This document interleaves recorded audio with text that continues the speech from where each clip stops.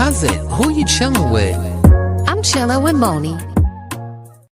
Hey cousin, who you chillin' with? I'm chillin' with MONIE. Hey cousin, who you chillin' with? I'm chillin' with MONIE. Hey cousin, who you chillin' with? I'm chillin' with MONIE. Hey cousin, who you chillin' with? I'm chillin' with MONIE. Hey cousin, who you chillin' with? I'm chillin' with MONIE. Hey cousin, who you chillin' with? I'm chillin' with MONIE. Hey cousin, who you chillin' with? I'm chillin' with MONIE. Hey cousin, who you chillin' with? I'm chillin' with MONIE. Hey cousin, who you chillin' with? I'm chillin' with MONIE. Hey cousin, who you chillin' with? I'm chillin' with MONIE.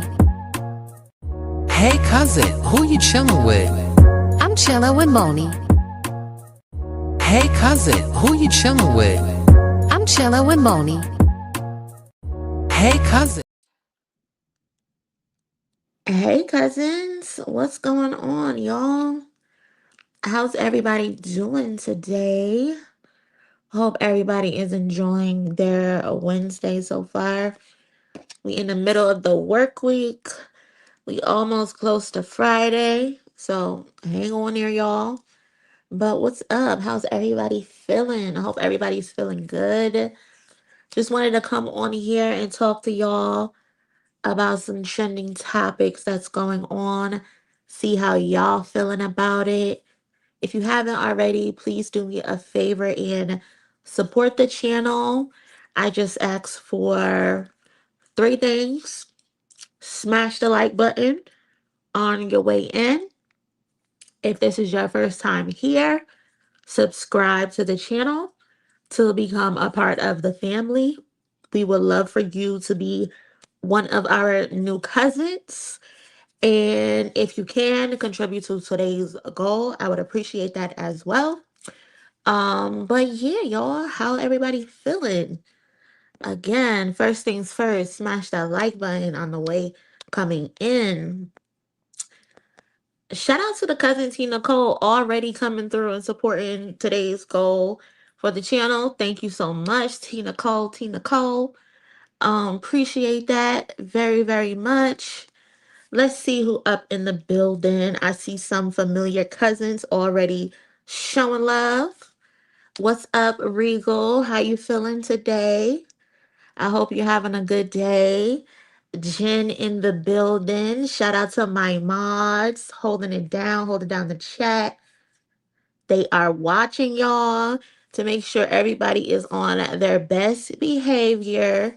We don't want no situation like the last stream where somebody came in and kept just spamming and spamming and spamming and spamming. So shout out to my mods. They will put your ass in the bushes if you acting up. um Othelius Maximus, who we chilling with again? I forgot. We chilling with MONIE. We chilling with your favorite cousin. Shout out to you, Othelius. Appreciate you being here. Charlotte in the building as always. What's up, cousin? Hey, Miss Coffee. What's going on, cousin? TT in the building. TQ in the building. Excuse me. I thought that was TT. But no, that's TQ. Another one of our cousins. What's up, the Heartbreak Kid? 53K. 21 and got ish wiped down. Y'all already with the shit. Y'all already with the shit. But we're going to get into that. We have to talk about that. We have to talk about these sales because it ain't looking good. It ain't looking too good for the ATL crowd, at least.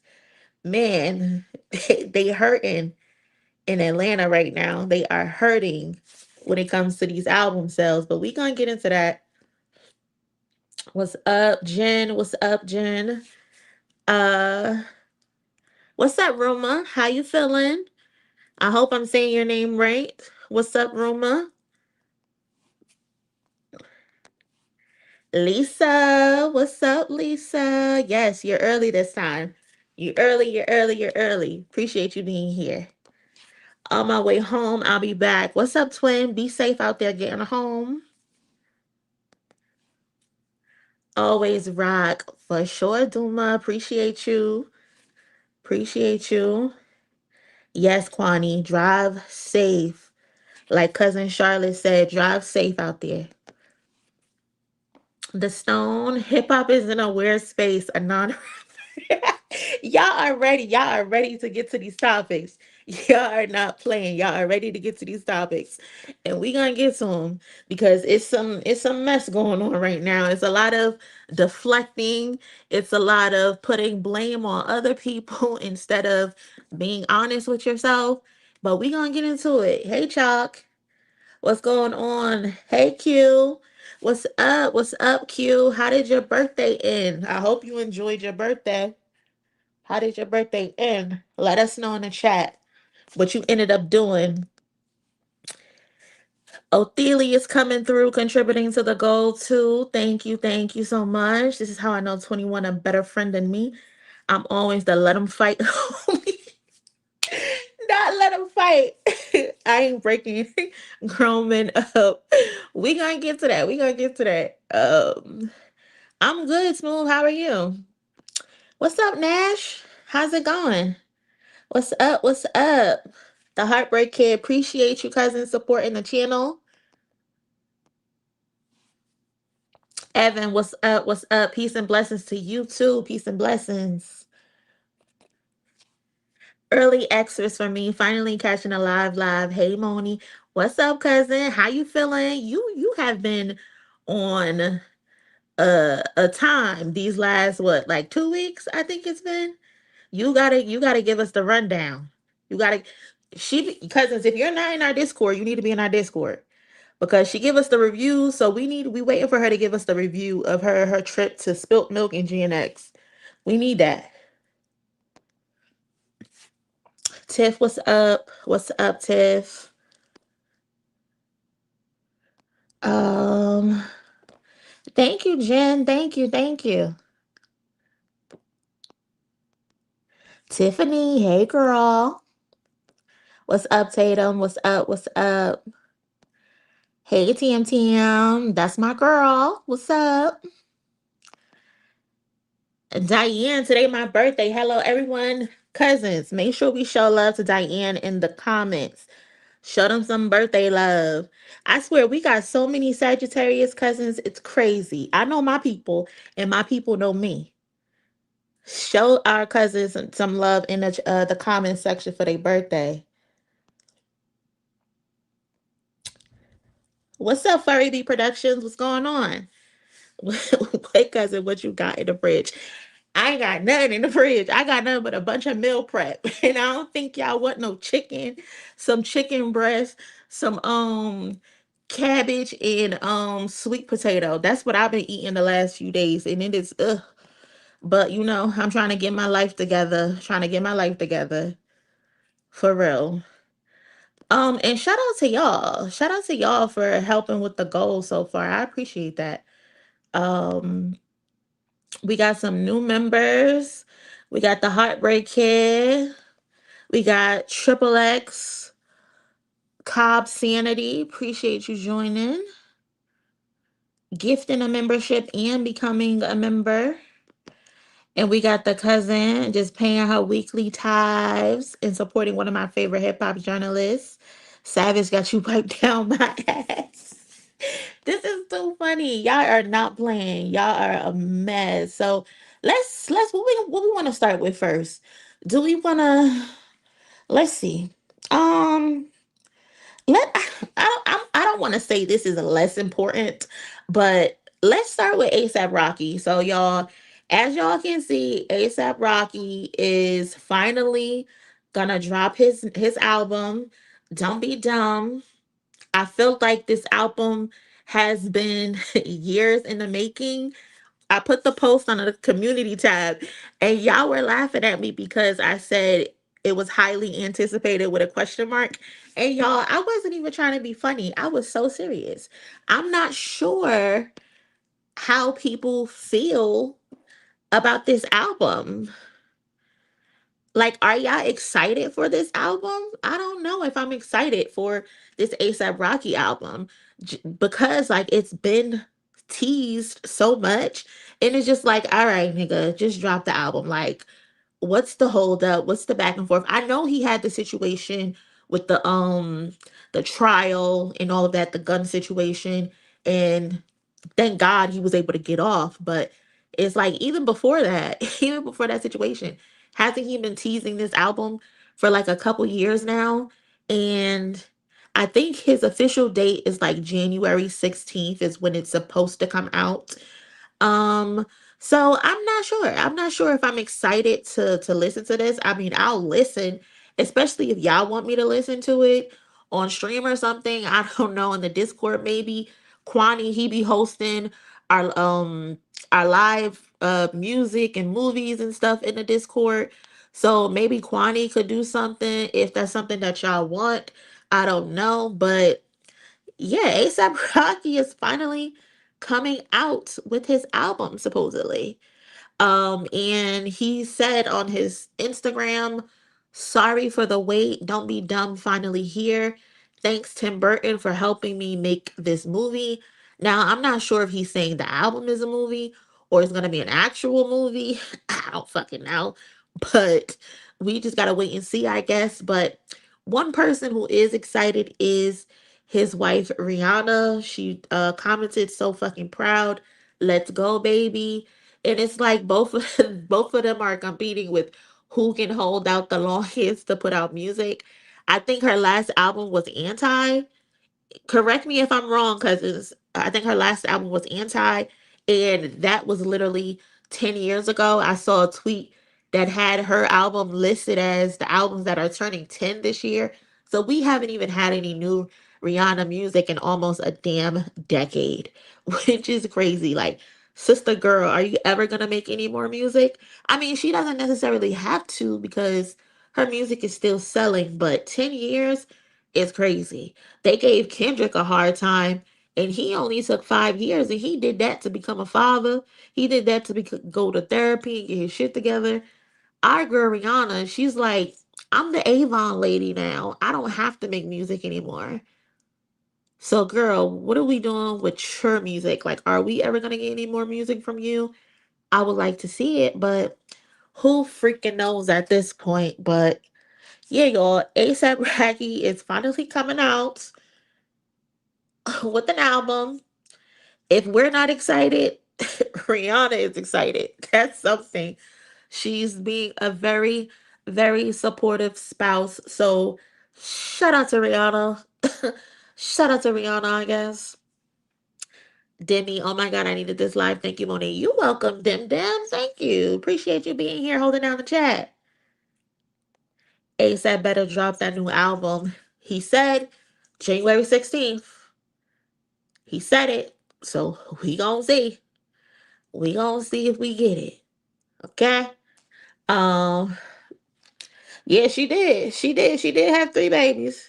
But we also seen Rihanna outside. So it's not like she was just hiding off having her baby. She's been putting in more work with her Savage X50 line and her beauty line. So she's not really worried about music. And it's not like she took that time off to go start a family. No. She took that time off to be the Avon lady and be the fashion lady. So I don't even think Rihanna wants to come back to music. I don't think she wants to come back to music. I mean, like, what's the point? She's excelling everywhere else at this point, and her music is still selling too. Like, she's still eating off her music. So who knows? But if she does decide to come back, I will be here for it. I'll be listening. I'll be tuned in for sure. I will definitely be tuned in. And she's out here being a wife. She's a wife. She's a mama. She's the Avon lady. She's the fashion lady. Fuck music at this point. Fuck it. We don't even have to worry about that no more. But yeah, we shall see if A$AP Rocky really give us this album. Um, yeah. So what we got next up? What we got next up? Also, we can show some love to Mimi.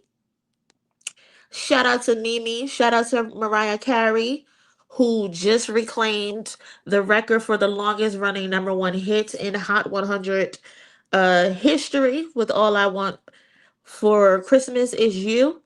The crown is 20 weeks. She previously held it until 2019 with One Sweet Day, which was 16 weeks. Um, so yeah, shout out to Mariah, the Queen of Christmas, reclaiming her throne out here. I swear nobody's seeing her when it comes to the holidays. I feel like Mariah is Queen of Christmas. Michael Jackson is the King of Halloween. So yeah, just wanted to show her some love, some positivity out there. Um, are y'all still Christmas shopping? Are you Christmas shopping at all? Let me know in the comment section. Are y'all Christmas shopping still, or are y'all not even giving out gifts this year? Um, I haven't done any Christmas shopping. If I do give out any gifts, it's gonna be some gift cards because I don't know. In this you're right, Charlotte. You're so right. In this fucking economy, listen, the gifts are gonna be hugs this year because what are we doing? What is going on? This economy is so dirt.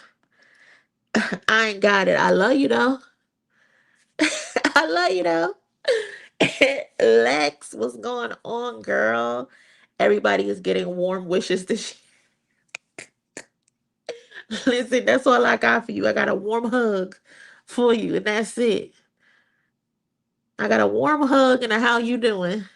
That's all I got. For real. My niece and nephew getting their presents by New Year's. They know Unk shop on CPT, Color People Time. Listen, at least you got something. It might not be exactly when you want it, but it's eventually. Nash said, fuck no, I'm in my Grinch era. Oh, man. Mariah is the Christmas final boss, ain't she? Ain't she? Listen, once the turkey is carved, the next day, she is fully thawed out and she's ready to go. Christmas is hers every year. It is going to always be hers. She is going to reign supreme all the time. But yeah, I wanted to show her some love. Um, what else we got? Let's move on to the next one. We don't gotta stick on that long. But congrats to Mimi. Congrats to her being the boss that she is. Next up, let's talk about Aubrey. So we all know fucking Ebro, his show, Ebro in the Morning Show on Hot 97 got canceled. We talked about this twice already on the channel. Apparently they had roaches, they had rats in the studio. And then Drake wanted to involve himself, so he texted Ebro. Well, he direct messaged Ebro on Instagram telling him to die slower, pussy, and then threatened him and told him that we got some shit for you. Yeah, that's what Drake is doing. That's what Drake is into right now. Drake Drake is into sending people threats.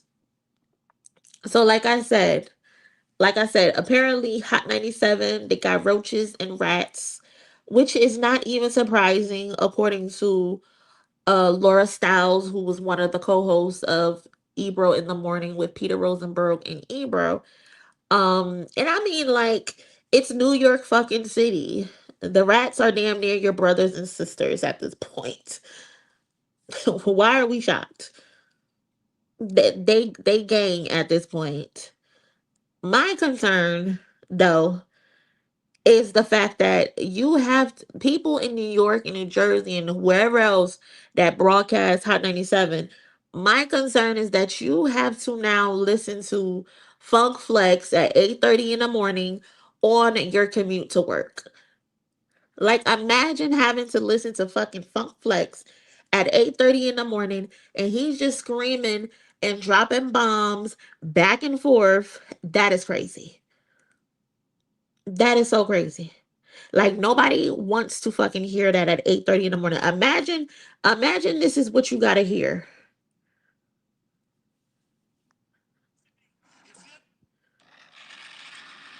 City, listen to me. If you're near a convenience store right now, any type of 24-hour store, go into the store right now and put your hand in the cash register for no reason. Their money is your money. Imagine having to hear that shit at 7:30 in the fucking morning. My morning would be fucking ruined, bro. My morning would be ruined. My morning would be ruined, bro. New York City, listen to me.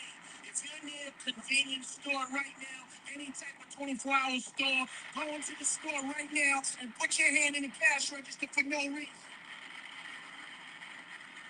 Their money is your money. I can't deal with it. I cannot deal with it. Hell fucking no, bro. Hell no. High 97 got too much going on right now. They got rats and they got roaches and they got mice. And now people gotta listen to Funk Flex drop bombs at 7:30 in the fucking morning. I am so agitated. I am so fucking agitated. And then we get to fucking Drake, right? I swear this man Drake, he just loves picking fights with everybody except for the man who slaughtered him. Like, where is the smoke for the dude who slaughtered you? Ebro did not write Euphoria. Ebro did not write 616 in LA or Meet the Grams. Ebro did not write Night Like Us. So why do you want him to die slow? Why are you messaging him at, mind you, at 3:30 in the fucking morning, y'all? Hold up. I didn't even show y'all the text, the full text. Here's the full text. Hold on. Let me see if I could make the comments disappear for a second. Hold on. Here it go. Okay, I removed the comments for a second. But this is the text. So apparently, him and Ebro had a decent relationship up until 2020. Ebro is here sending him advice on how to sleep at night, telling him to change his life and improve his life, giving him good sleep schedules to help him out. And then here you go. Yesterday, which was one of the days last week, here you go. You texting Ebro at 3:30 in the morning. That's how bothered you are. You are up at 3:30 in the fucking morning texting Ebro and telling him to die slow, threatening him that you got something for him. Drake, you are crazy. Like, what exactly do you have for him, Aubrey? Like, are you threatening him? Like, what is that about? Why are you threatening this man? This is the same man, y'all. Y'all remember the lawsuit? We covered the lawsuit. This is the same man who claimed he feared for his life. Mister, he said, wop, wop, wop, wop, wop. So I can't walk outside my house with my kid. That's what you told the courts. You told the courts you had mental anguish, that you were fearful of your life. You were fearful for your kid's life, your baby's mama life. You told the court all these things, but here you are threatening Ebro who ain't did shit to you. I mean, he did say you were a sickness, which is true because you are like a cancer to hip hop. You're the worst thing that happened to hip hop. You're one of the worst things to ever happen to hip hop. Ebro himself is also one of the worst things that ever happened to hip hop. So y'all are the perfect match. This is Jew on Jew crime at this point. Y'all are Jew on Jew crime. y'all should be the best of friends. Now here you are telling your Jewish brother Ebro to die slow, and you called him a pussy. What is going on, Aubrey? This can't be the same man who said I can't walk outside my house with my kid. It can't be you. There's no way. There's no way you telling people to die slow and that we got something for you. Who the fuck is we? We can't be Chubbs. I hope we is not Chubbs. Cause Buddy ain't crashed shit yet. The last time we heard Chubbs talk, he was taunting Kendrick and calling him a little boy and telling him that he know better and he know not to drop. The last time we saw Chubbs do something, he got you embarrassed. So who is we? Stop acting out, Aubrey, please. Stop it.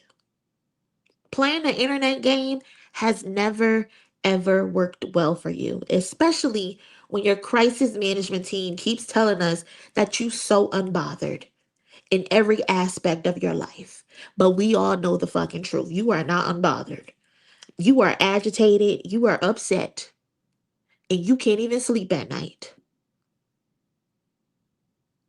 You appear to be very bothered and are looking for a W anywhere you can get it. So you are relishing in the fact that a radio show got canceled.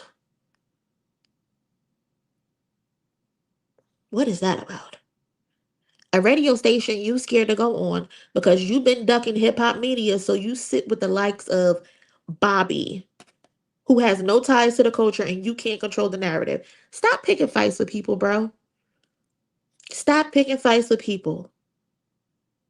But I get it. You know who to act bad with because you refuse to acknowledge Kendrick Lamar with your punk ass. Telling this man to die slow at 3:30 in the morning.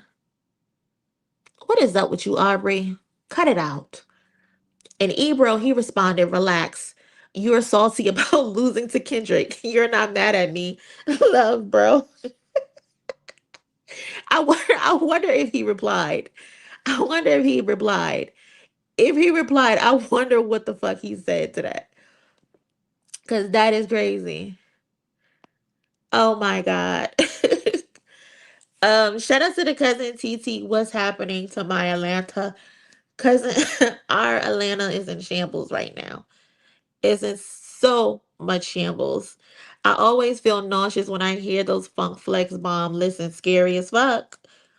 I blame 21 for enabling Drakesha's false street bravado.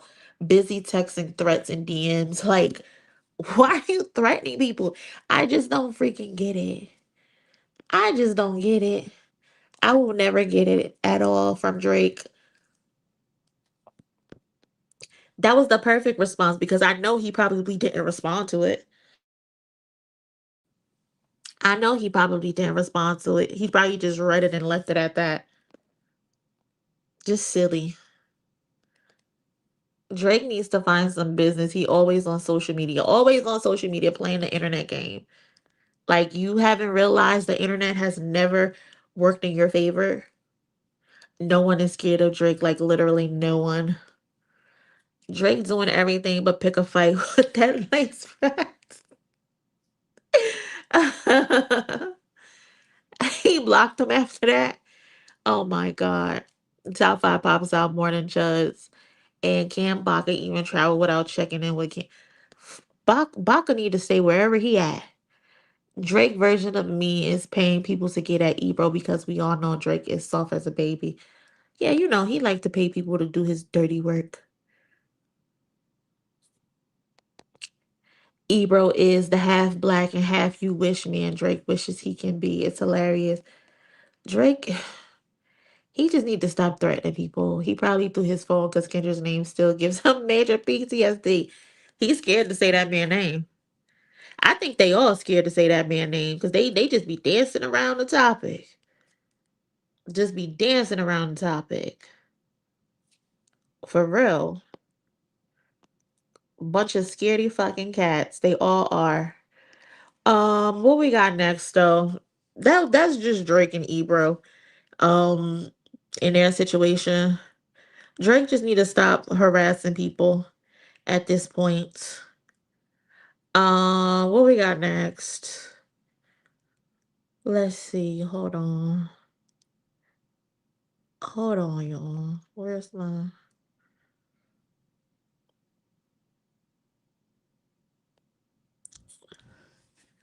Let's talk about 21 Savage.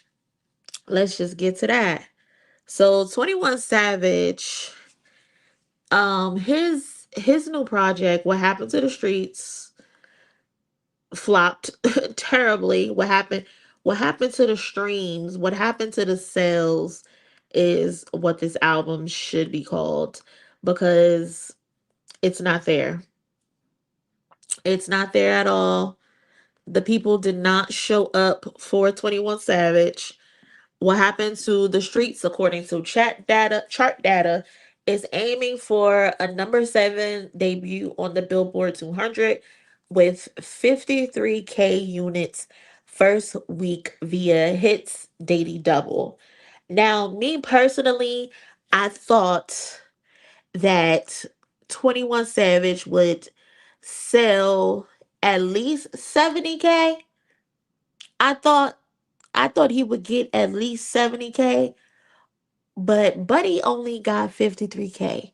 And with these prediction numbers, it might go up to 55 or 60K as like a last minute rush probably. But this is terrible. This is all bad.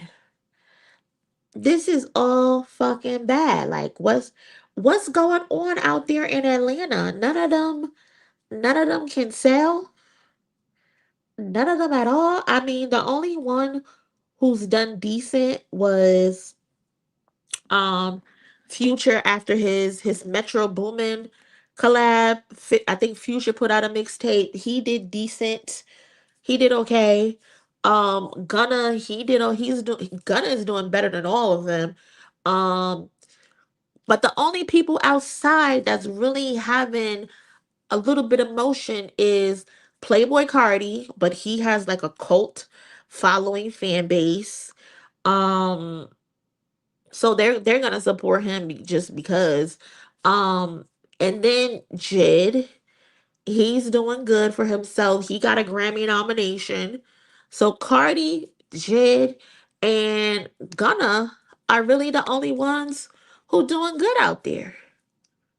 But the rest of the so-called big dogs, the Quavo, the Offset, the Young Thug, the 21 Savage, the little babies of the world, they're all flopping.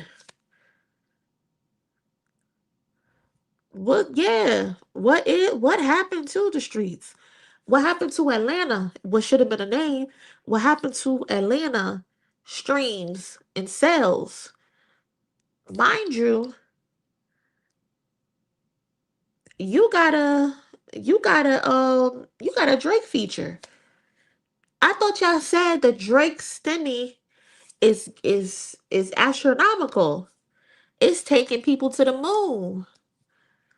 The Drake stimmy is so important. Damn, what's going on, y'all? Shit crazy. They out here flopping so bad. So damn bad. And then I think last night, let me see if I can find the video. Last night, Young Thug, he had a a homecoming concert, a Ken and Friends inspired, but it was called Young Thug and Friends. I just love how Kendrick has been influencing all these rappers, but nobody wants to give him his tens. Kendrick puts together to pop out the Ken and Friends. Now here we got Young Thug and Friends, Joey Badass and Friends.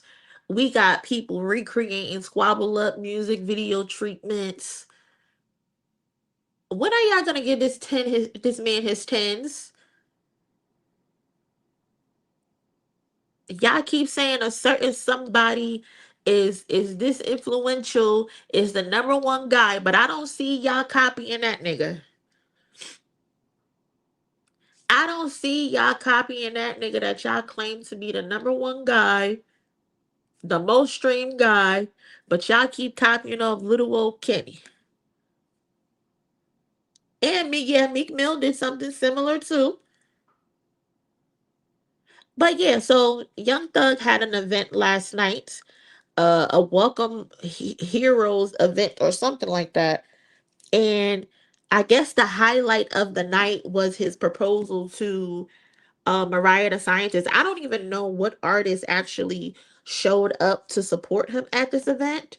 It was supposed to be a bunch of high level celebrities, but I don't see anything on social media. Maybe, I mean, I do be blocking pages, so I might not see the shit because of that, but I didn't see anybody really talking about who came out.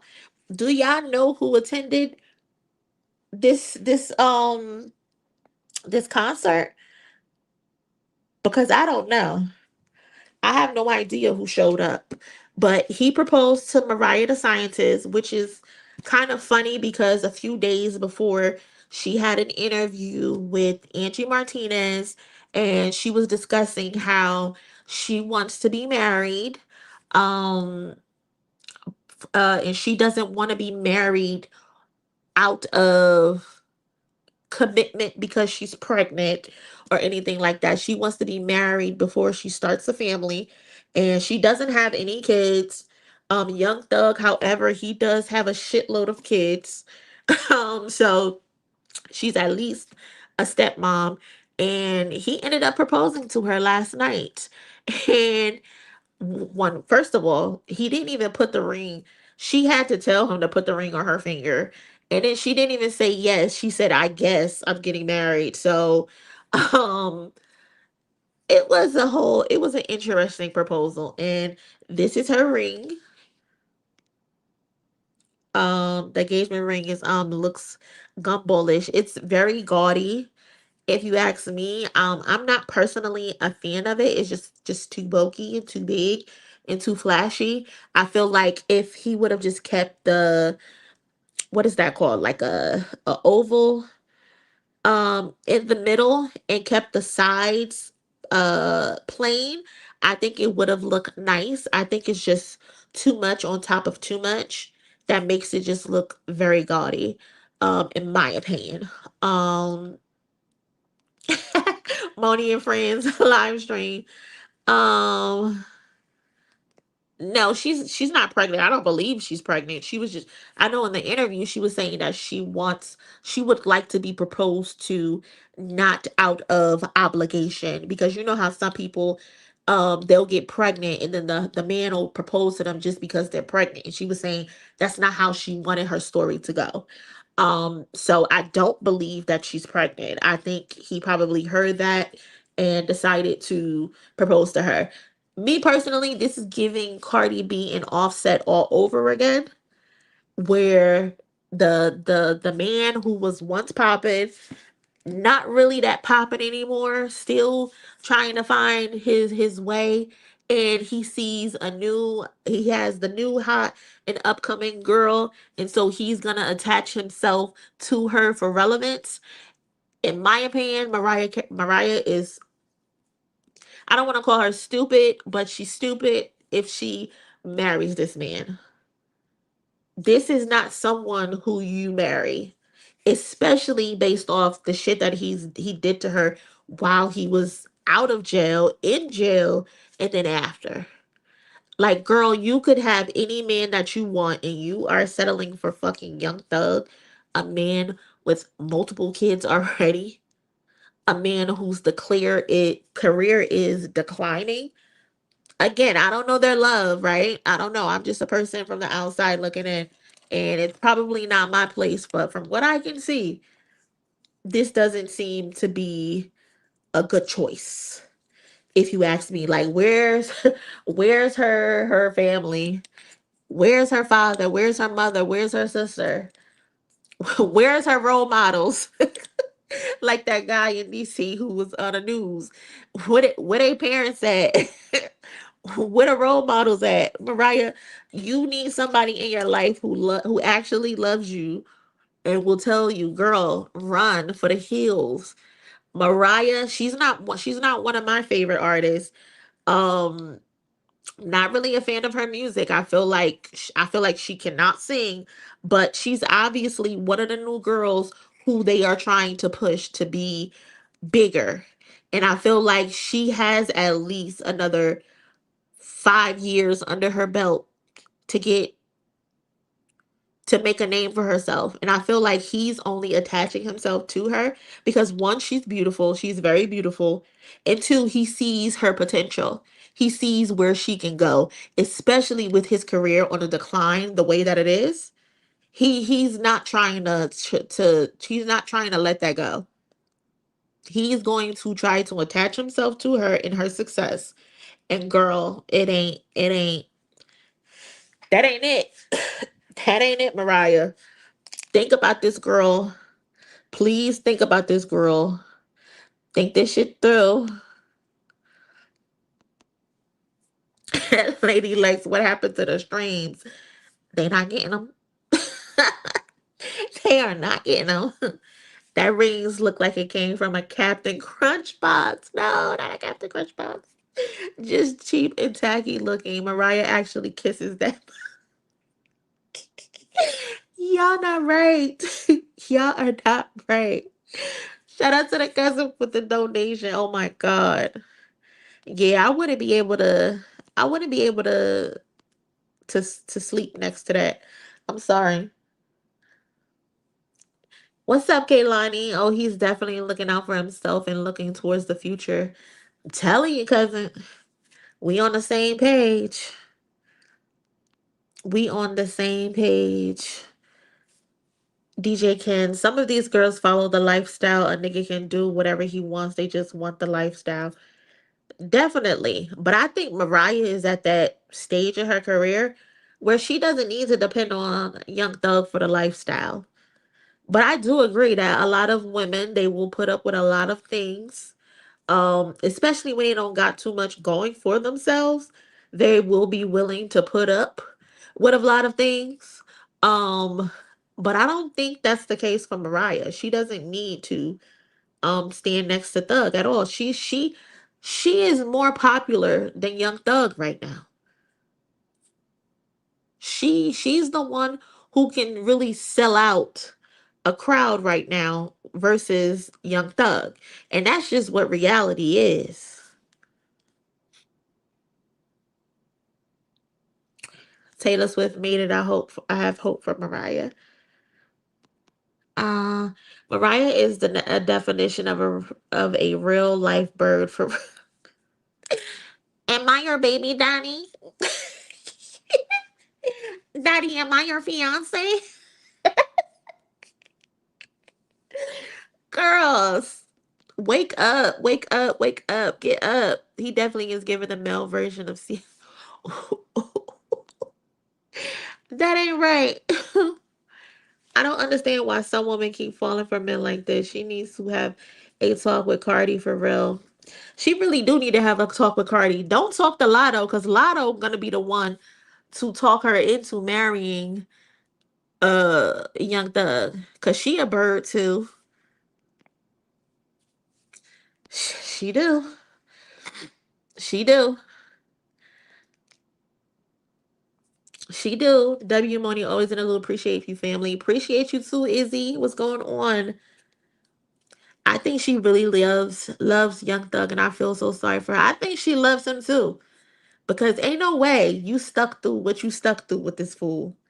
He was playing you all while in jail. Had all these girls up there, just a mess, a mess. I can't. He will be asking for child support and alimony soon. Offset playbook, 100%.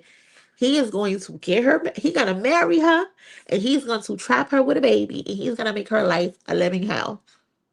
Learn from Cardi B's mistake, Mariah. Learn from it, girl. Don't do it. Don't fucking do it, girl. all things TM. It appears to be a business arrangement, helping each other to stay on the blogs. That wouldn't shock me. Nothing these people do shock me anymore at this point. But moving on from Young Thug, because like I said, he had this event, right? And behind the scenes, he was recorded saying, what did he say? Hold on, let me get the quote. Let me get the quote exactly. And then I'm gonna play the video. Hold on, y'all. Bear with me for a second. Young Thug says that rap is in a weird place right now after the Kendrick and Drake beef. Everybody in the world leveling up except hip hop. Let's see if I could play this. Hold on. Space right now because it's just saying like everybody. I feel like I always wanted to do this type of music, and then I feel like rap is on like a weird like space right now because it's just saying like everybody beefing and it's just like some of the biggest, two of the biggest artists in the world, like Flash and a lot of like fucking ripple effect. Weird. I feel like it's time. I feel like we gotta like take it to the next level. We gotta level up like AI. Just so everything in the world leveling up itself. Like niggas been like, we get work and we touch that. I can be like three, so it's just like accountability. Even when we feel like we like hustling artists, we can still like it's still a cap. It's so comfortable. I feel like we need this type of shit. I would be so happy if hip hop turned into pop. Like, nobody on this earth could come with that type of shit. You know, I would be happy, but I also love hip hop. I know a lot of hip hop. Hey. Well, you got rap song, we always done that. But hip hop also always lets you push boundaries during projects, something different. It's a risk. You can stay comfortable. You can do the same thing. Love that. But I feel like I always wanted to do this type of music. Shout out to whoever that was at the end telling him that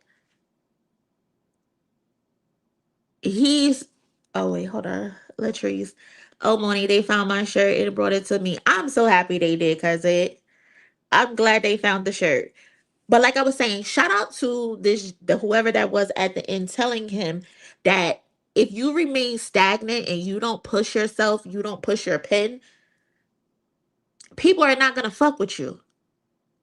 And he needed to hear that because Young Thug is making so many damn excuses. And it's about to be 2 years now. It's about to be 2 years since that battle.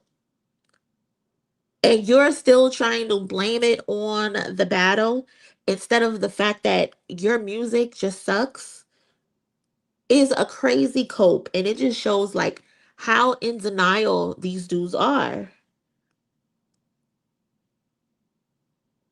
There's been a shift in hip hop. And if you're not willing to change and get better and get on board, people who are finally waking up are not going to support that bullshit. They're not going to support that bullshit. A line has been drawn in the sand. Either you get down or you drown. If you continue to make cheap ass formulaic music versus music that means something, we're not even saying you need to be lyrical miracle, but whatever it is that you're doing, at least be good at it. Even if you are like a CRT rapper, be the best C tier rapper that you can be. Not all of us, not all of y'all can be on the level of a Kendrick Lamar, of a J. Cole, of whoever's considered lyrical. Not all of y'all can do that. But if you can at least be C tier, then you're cool. At least be good at it. Y'all aren't even taking your time and crafting real albums. Y'all are just throwing anything at the fucking wall and expecting your fans just to buy it just because of your name. That's why I'm so tired when people get into these interviews and they tell these artists who are not delivering, oh, you're great. You're one of the best to ever do it. They used to be. They aren't anymore. I don't want to hear y'all tooting their fucking horns because that's why their head is so big. They feel like because they are supposedly great, they're supposedly one of the best to ever do it, they don't have to get better. They don't have to exercise that muscle anymore. These dudes are pumping out bullshit. Expect niggas to cherish it. Expect niggas to kiss their ass. That's not how this shit works. Young Thug, 21 Savage, Offset, Lil Baby, all of them, y'all are uncomfortable right now because the bar is getting raised to a higher standard. Y'all have to now put a little bit more effort into your lyrics. Y'all need to give a little bit more effort in your production, in your visuals, in the substance. Kendrick drawing a line in the sand is exposing y'all and showing us who was just getting by off of their fucking name. Just getting by off of these government mandated features. And the government mandated features aren't working anymore because we tired of all of y'all niggas. We tired of all of y'all. People want music that is good, decent at best. People are demanding real rap to the forefront.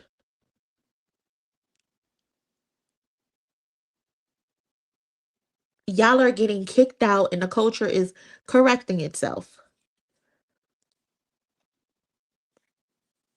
Y'all can't get that slop bullshit off no more. Y'all can't put that slop shit out anymore. People are not accepting it, bro. People are not accepting that shit no more. And and a wise man once said, what is competition? I'm trying to raise the bar high. Who's trying to jump and get it?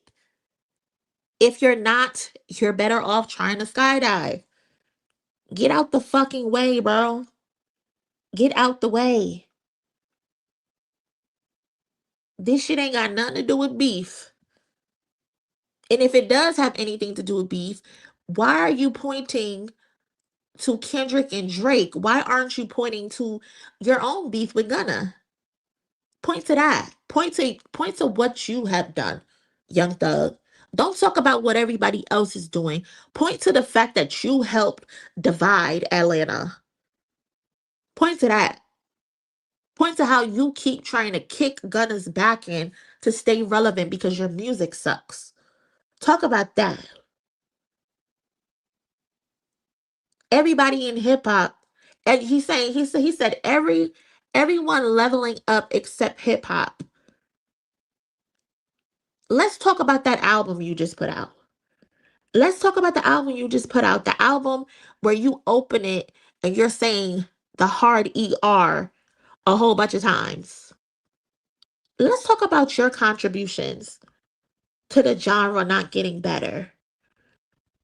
You keep focusing on everybody else, but this is your contribution.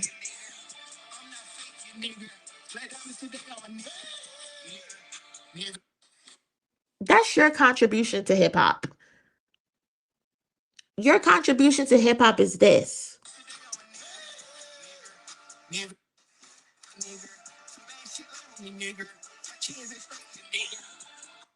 What are we talking about, bro? What are we talking about? This is your contribution to the evolution of hip hop.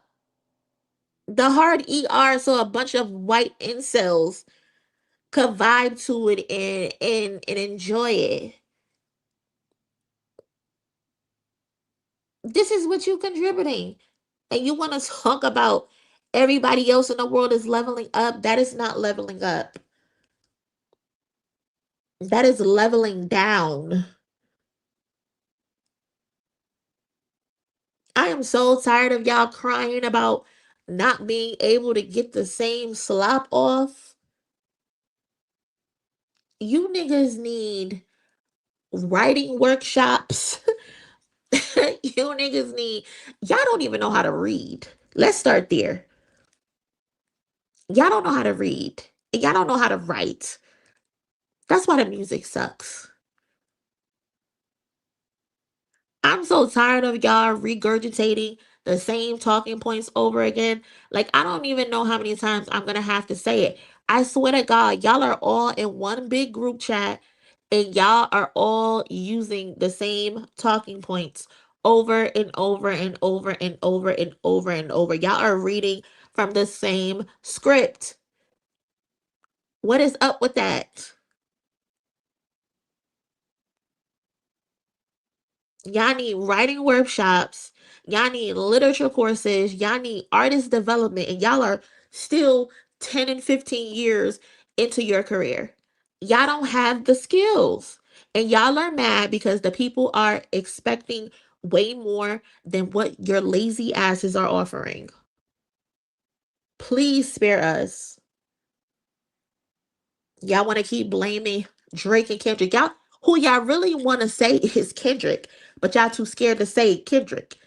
Y'all want to blame Kendrick. Y'all are mad at Kendrick because he reminded people of what real quality is. Y'all are pissed about it. That battle was almost 2 years ago.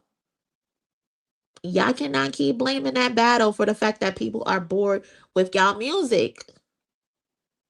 When are you going to look inside, look within? 21 Savage, Young Thug, Little Baby. Y'all need to step it up. Y'all need to step it up because from my vantage point, hip hop is doing amazing right now. Kendrick is outside. Kendrick just did the Super Bowl. Kendrick just came off a stadium tour. The Clips are outside. Clips just got nominated for Album of the fucking Year. Tyler, the Creator, also just came off of almost $200 million world tour. He's also nominated for Album of the Year. Jid is outside, also got a rap album Grammy of the Year nomination. I think Dreamville could be doing so much more for him, but Jid is outside trying to make noise. He's also on a successful little tour run. Gunna from Atlanta too, doing amazing musically and in his personal life, putting together 5K runs in different cities in New York and Atlanta and at Los Angeles. Nas outside as well. Amazing features. Everybody is outside doing good. Except for you, a certain section of Atlanta. And y'all don't want to come to terms with the fact that y'all just ain't got it no more. We got the new blood out here, Chris Patrick, the Mark Luxes of the world. They making a name for themselves. It's just y'all. It's just y'all and Drake who suck right now. And y'all refuse to admit y'all just ain't got it. Y'all refuse to admit y'all ain't got it. Y'all told us Drake was the stimmy. Drake the stimmy and you can only do 53K. Ain't that crazy? You talking something I wish hip hop could be pop. For what? For what? Why do you want rap to be pop? So you can just get off a whole bunch of bullshit? Even the people in pop music don't want you. Why would they want you? Of all people, Young Thug, why would the pop world want you? You painted your face white for your album cover and said the hard ER several times. Why would the pop people want you? Rap ain't in a weird place. You're the weirdo. You're the weird one. Rap is not pop. If you call it that, then stop. Q-Tip said that. several decades ago. That's your problem. You want rap to be easy and you feel like pop is easy. But pop is not accepting no slop. Pop is not accepting no slop. You just want to be able to say anything on a record and get away with it and be praised for it. Newsflash, rap is a conscious art form. Rap is about storytelling. Rap has always been about elevating the people, speaking power to the people. People like you, 21 Savage, Little Baby, y'all just use this shit for a lick. This shit is the come up for y'all. Y'all are not real rappers. Y'all have done the worst of the worst things to this genre, and y'all are upset because we won't allow you to continue to poison the genre anymore. We're not letting you continue to poison the water. The jig is up. The jig is up. Get the fuck out of here, bro. We don't want you no more. Especially if you're not even gonna try. Y'all not even trying to get better. Y'all not even trying to elevate. Y'all just rather push false narratives. That's what y'all want to do. Y'all want to keep pushing false narratives as to why you can't get right. And then you have platforms like Complex helping push the false narratives. Let's get on their ass too. Because we got to get on the media platforms that are helping push these false narratives. The other day, hold on, let me go back. So the other day, touring data was releasing the current numbers that they have for the Grand National Tour. And they reported, I think, the first 39 shows. They haven't reported the legs that Kendrick just did by himself. And after they reported it, they put out a historical fact. For the first time in history, 4 Black artists grossed over 300 million in ticket sales each on the same year. Beyoncé, Kendrick and SZA, and The Weeknd in 2025. This is an amazing accomplishment, an amazing feat that we got 4 Black artists for the first time in history all ran through stadiums. Mind you, the top of the year, the narratives were Beyonce tour isn't selling. The tickets are on sale for $2. We had the same narratives for Kendrick and SZA, and we had the same narratives for The Weeknd, that these 4 artists are not able to sell. And that was being pushed by the news. That was being pushed by random stan accounts, all of that. And you would think with all 4 of these artists making history, that would be the headline. You would think that would be the headline, but no, of course, Black media don't want to push the headline. Down in Dixie, 5, including Chris Brown. Chris Brown did not make history. Chris Brown made history for himself, but he's not a part of this 300. I don't know what Chris Brown and his team are doing, but Chris Brown did not crack over 300 million. I guess his team is rounding up just to appear like he's a part of the 300. But if you look at the stats, Chris Brown did not make 300. That's why he's not included in this tweet. So no, we're not including Chris Brown in this.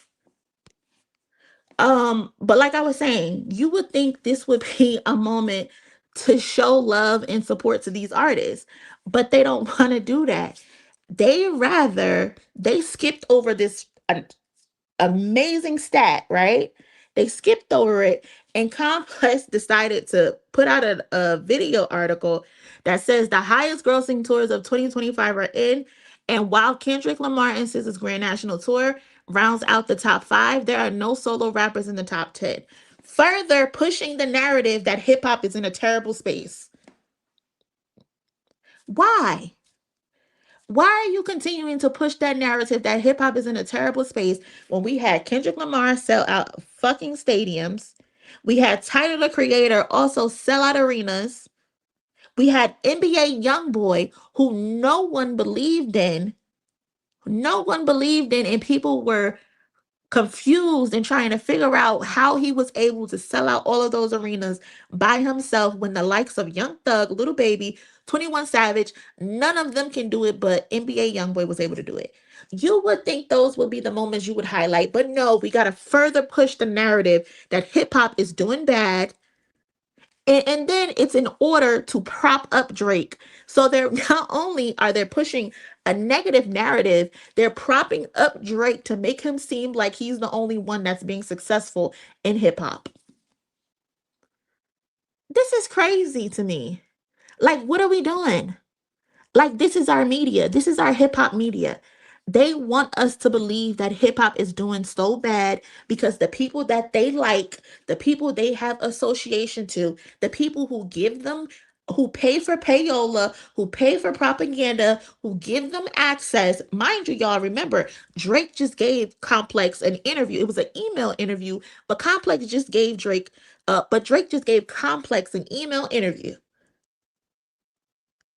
And this is what they're propping up. They're calling Drake. They said Drake is the only rapper who had a successful solo tour.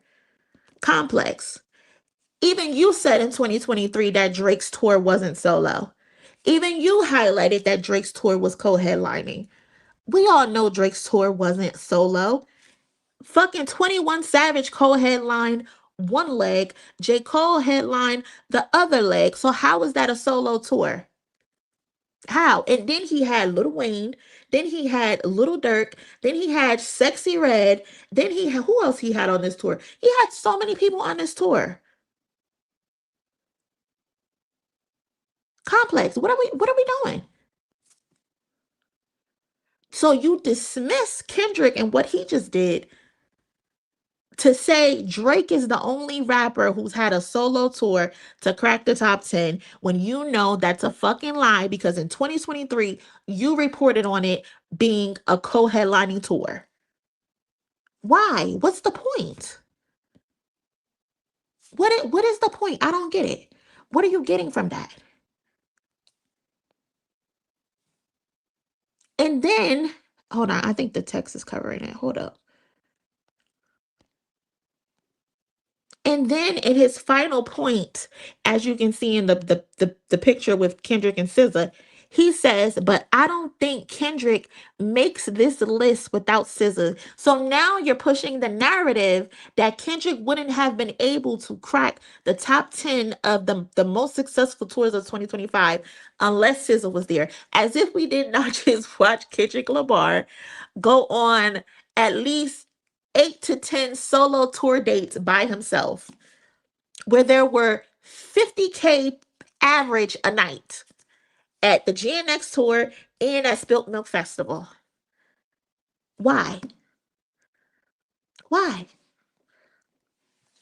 Didn't Dot have a solo tour that grossed 100 million? Yes, the Big Steppers tour, I think grossed over 110 million or something like that by himself, and it was the highest grossing rap tour of 2022 and 2023. And then Drake came behind him and did the It's All a Blur tour with J. Cole and 21 Savage and doubled up the tour cost because he wanted to beat the record that Kendrick Lamar had. Like, when you're a journalist, why aren't these facts put into the story? They're not put into the story because you have a narrative to push. And you have a narrative to push because you're a Drake stan. So the dude who's doing the article for The Complex, who just created this article that I'm sharing with y'all, he's a Drake stan. He's a Drake stan. So not only Jordan, he's the one who did the Complex article, He's responding to another article who did the deep dive into the rap battle between Drake and Kendrick. And his response, win or lose, Drake brings the best hate out of his peers. It's such a bar. So that's Jordan, who's also responding to another Drake stan, Alphonse, who wrote the Pitchfork article, who gave GNX like a 6 or a 7 or something like that. So here we have two Drake dick suckers bonding over the fact that Drake lost and trying to turn it into a positive. These are the people that are in media that we're supposed to trust. Two Drake stands on two different platforms are writing articles in favor of Drake to dismiss other artists. What are we doing, bro? What are we doing? What are we doing? Like, these are the journalists we're supposed to respect? Instead of highlighting how Kendrick Lamar just had the highest grossing rap tour in history, you decided to create a video article just to prop up Drake and saying that Drake is the only rapper within the last whatever to have a solo tour that can crack the top 10. Well, we know that's a lie because the tour was one, not solo. It featured 21 Savage and J. Cole. And then you turn around and say Kendrick wouldn't be successful unless SZA was there. Why? Why? What's the point? Like, what are you getting out of that? What are you getting out of that? Especially based on the fact that we have the receipts of you saying that this was a Cole headline tour for Drake. We cannot trust the media. We can't trust them because they rather push negative instead of highlighting the positive. That for the first time in history, four Black artists gross over 300 million in ticket sales each on the same year. Like, this is phenomenal. Mind you, we've had artists like Michael Jackson, we've had artists like Whitney Houston, we've had Mariah Carey, and none of them all did that. That's how important this moment is to that the media, the complexes of the world, the essence of the world, the XXLs of the world, the hot new hip hop of the world. Y'all should be reporting on shit like this. But instead, no, you want to keep reporting that hip hop is dying, hip hop is terrible. There's no hip hop in the top 40. We don't give a fuck, bro. We don't care. Report some good shit. Highlight some good shit. And then niggas get mad at me when I say some shit. Fuck out of here. I'm gonna keep holding y'all to the fire every fucking time. Could I mind my business and only report on what it is that I'm doing on my page? Yes, I could do that. But I don't give a fuck. I'm gonna keep calling you publications out every fucking time. Every time. And I don't give a fuck who get mad. I don't care what relationships I sever for the possible future. I don't give a fuck that I'm a woman and y'all think I shouldn't say these type of things. I don't give a fuck. I'd rather have my integrity at the end of the day. Fuck relationships. Fuck future opportunities. Y'all don't care about the genre like y'all say y'all do. Y'all just want to keep pushing negativity, bro. And I'm not going for it. So yes, I'll be the one to come in and shake shit up and make motherfuckers mad. Fuck y'all and y'all bullshit propaganda. Y'all don't go to school to push propaganda. Y'all go to school to get degrees and purport this shit ethically. You would never in my life ever see me lying to push a narrative on anybody. Even if I don't like them as an artist, I would never lie on an artist just to push a story. You don't need to lie because these motherfuckers give you enough ammunition to say shit about them. Y'all are crazy, man. Y'all are crazy as hell. That shit pissed me off. And then here you then you got fucking Young Thug talking something. I wish hip hop was pop. I wish you get out the way. How about that? I wish you get the fuck out the way. How about that? and make room for the people who actually want to rap and make good music. And they so down bad right now. 21 Savage is currently on Twitter begging for the Atlanta Avengers to come together. They so down bad. He don't want to beef no more. He want everybody to come together. Man, what they say? Man, watch out. Watch the fuck out, bro. They are down bad, bro. They're like we can't do this shit without each other, bro. We gotta come together. We gotta put all our drama to the side. We can't do this no more. We need each other. What's going on, bro? So 21 is out here. I think he ended up deleting all the tweets, but not before I got the screenshot, of course. You know, one thing I'm gonna do is I'm gonna get a screenshot.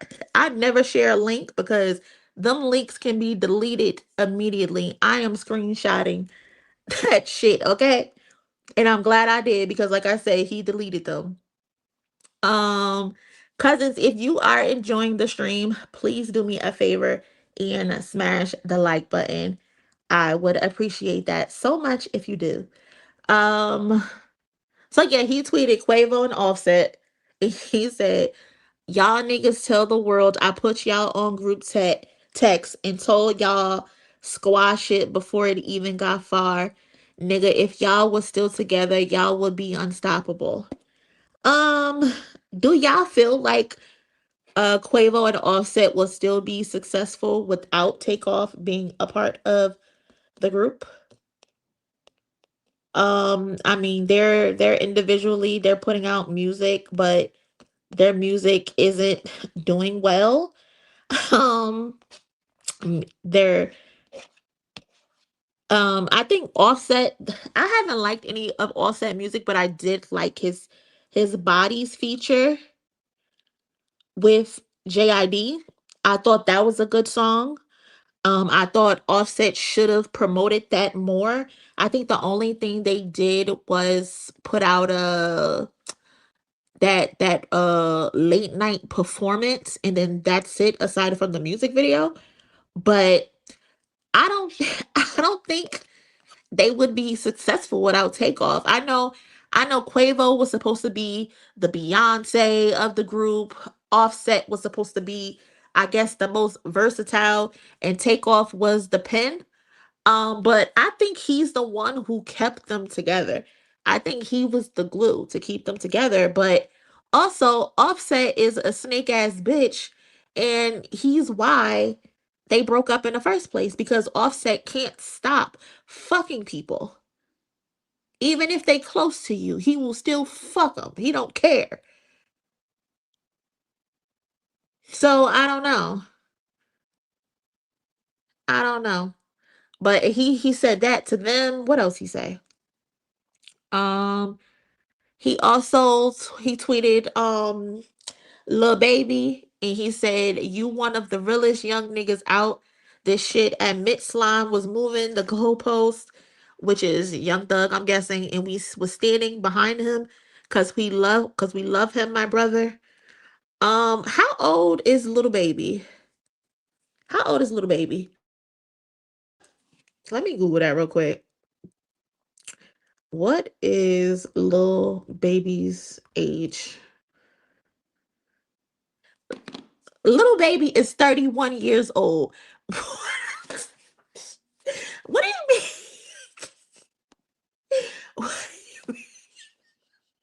What do you mean he's one of the realest young niggas out this shit? That man is 31 years old. He is not still one of the youngest. What are we talking about, bro? This man is 31 years old with like 3 kids. Stop it. What are y'all talking about, bro?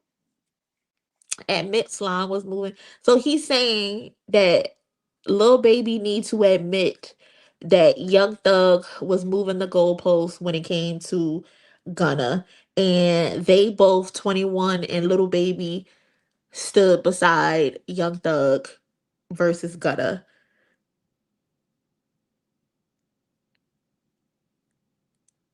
And what 21, just stop.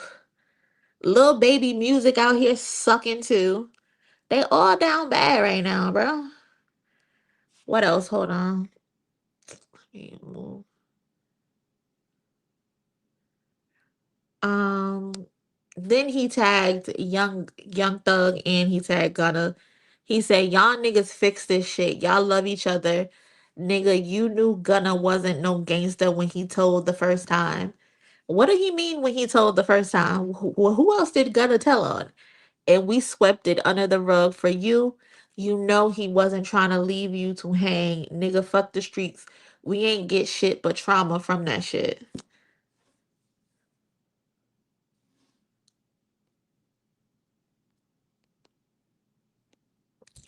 Hold on, Night Night. I'm gonna come back to you. Has Gunna said one word to these men? Gunna hasn't said a damn thing. Gunna just going about his business and letting them spiral out of control. Because that's exactly what it is that they're doing. They're spiraling right now. They can't believe that they are being held to the fire and they are being forced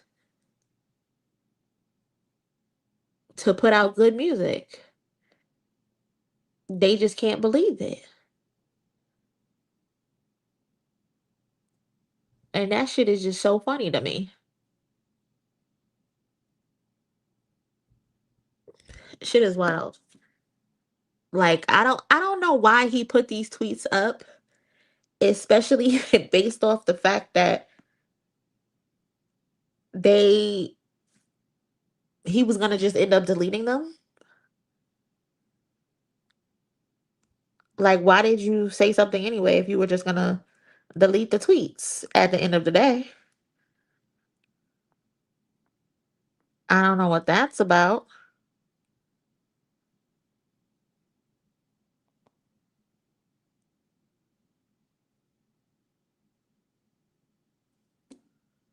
Shit crazy.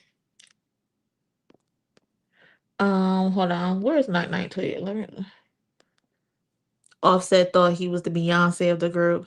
He did. And I understand. I can see why he would have thought that because he is the most versatile. I mean, Offset can rap a little. He has the look. He can dress here and there. And he also knew how to dance and he loved to incorporate that into his show, I guess. But he got too big headed. He thought he was bigger than the program. But y'all niggas work well together and not separately. Kendrick Lamar is going to expose the industry on his next album because the industry is trying to rig the music in their own favor because they don't want Kendrick to win. Now you're chatty patty. I'm telling you, bro. And then he had the audacity to delete it. Like, why are you deleting the tweets? Didn't he just say he don't care about this rap shit? Why is he trying to get the gang back? Niggas just be saying anything in the heat in a moment. Because if this is really how you felt, 21 Savage, why didn't you say all of this in your interview? Like you could have took the opportunity to say these things in the interview that you just had, but instead, no, you didn't do that. You didn't do that at all. So, and then you deleting the tweets on top of that. So this tells me you're not serious.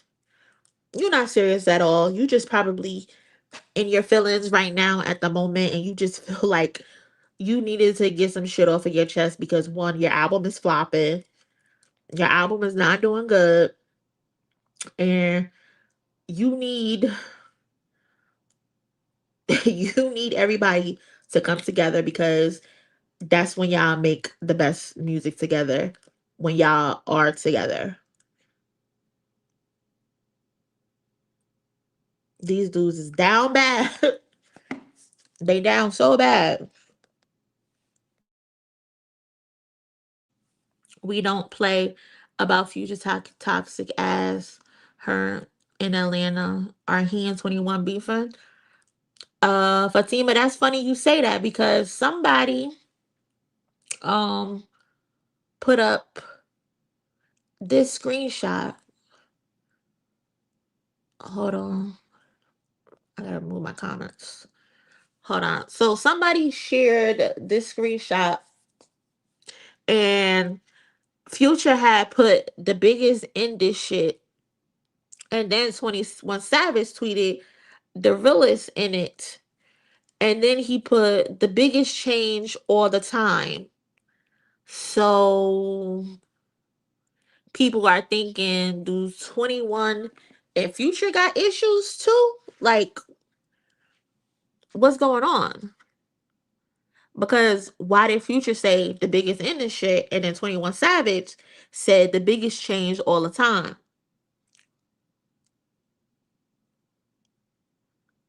So I don't know. I don't know.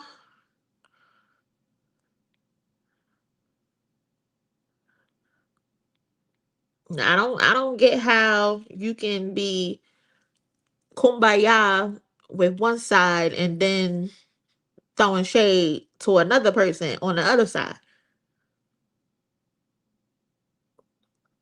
I don't know. Maybe it's nothing. Maybe it's something. But it looked like something. It looked like it might be some tension. Future, especially based on the fact that Future be out the way. Future really be out the way. He don't really talk about the others. The only time you really seen him as of late is, I guess, with Metro. And then we remember the phone call with Young Thug where he was talking about Future. He was calling Future basically like questioning his parental skills. So I don't know if they got some issues with that or what, but looking at this look a little shady. Cause why would Future say he the biggest in this shit, and then here you come say the biggest change all the time? I don't know. They really got some trouble down here in Atlanta. They need an intervention or something. 21 Future got the numbers. You don't. Yeah, man. Future just getting his LV bag. He is. Future be out the way. He really be out the way. Future, he doing decent out here solo. The ATL sellouts mad they can't tell. Sorry, the slop got stale. Really is. 21 doing everything to recoup Drake lace front. Y'all are stupid. Y'all are so stupid. Shout out to KL Sounds. Thank you, cousin. Tweezo, Blake, Kendrick Lamar, he the reason. Tweezo, you know they scared to say that man name. You know they scared to blame him. Notice, none of them, they refuse to say that man name. They refuse to. Because they know what comes with that. They know the consequences that come with that. He literally said he wants hip hop to transcend into pop. Yeah. And the funny thing about that is pop isn't just gonna let them come over there and just do anything. Pop is not accepting no slop. They don't play that over there. They don't play that. They don't play that in country, and they don't play that in pop. Hip hop is the only genre where we allow anybody to just get anything off. And we have to stop that. And I think we are experiencing that transition. And we go through this phase every once in a while where we need a reset. Like I said before, hip hop, Jay-Z had Death of Auto Tune. We got auto-tune up out of here. Unfortunately, T-Pain caught a stray. But it wasn't really T-Pain's fault because T-Pain wasn't really abusing it. It was other people who started to take what T-Pain was doing and abusing it. And then we had hip hop is dead era. I remember Young Jeezy on the radio getting mad that Nas said hip hop is Young Jeezy got so mad at Nas, and then they was beefing a little bit, but I think they ended up squashing it. And now we are in the era of watching the party die. And these motherfuckers cannot regroup. They cannot get it together. And they're flabbergasted. Like they're just stuck. They stuck. Seems like Gunna was the secret sauce. That's what it's looking like to me too, Pepper. It's looking like Gunna was the one that was who had the shit with him. And now they want to get back together. They want the gang all back together. And Gunna is probably like, fuck you niggas. And this was one of the last tweets that 21 Savage got off. He said, we've been moving the goalposts because Atlanta grew up on hustling. All this violence got out of control. Shit break my heart to see my city this divided. That man gone through it. That man gone through it. He want the gang back together. That girl shine. Shout out to the cousin for helping the goal. So 21 just snitched on Gunna. Listen, 21 is trying to get the gang back together. He missed his family. He missed the streams. He missed the sales. He missed when Atlanta was Atlanting. Niggas not Atlanting no more. Now he like, we gotta go back to square one, and Gunna is square one. And until they admit that publicly, they shit gonna still stink. What's up, Bing? What's up? Kimberly Renee, what violence? Girl, they out here killing motherfuckers in Atlanta. What you mean, what violence? Niggas is getting put down in Atlanta. Bodies dropped.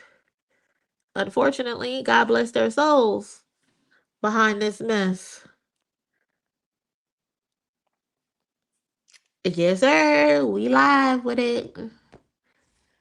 Coming from a nigga who talks about offing a nigga every bar of his song. Listen, folks be picking and choosing.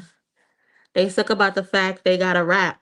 Kendrick Lamar's clip and JID is gonna make these goofies from the goofy floor to have.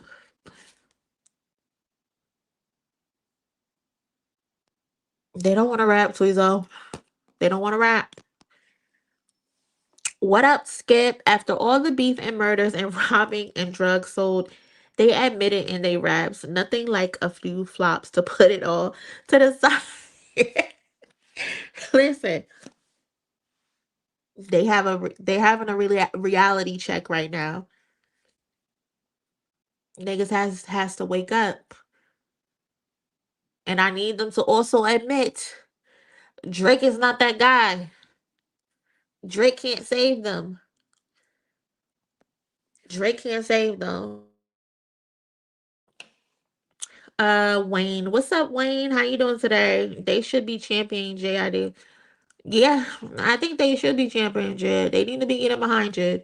Atlanta needs to get behind Jid. I can agree with that.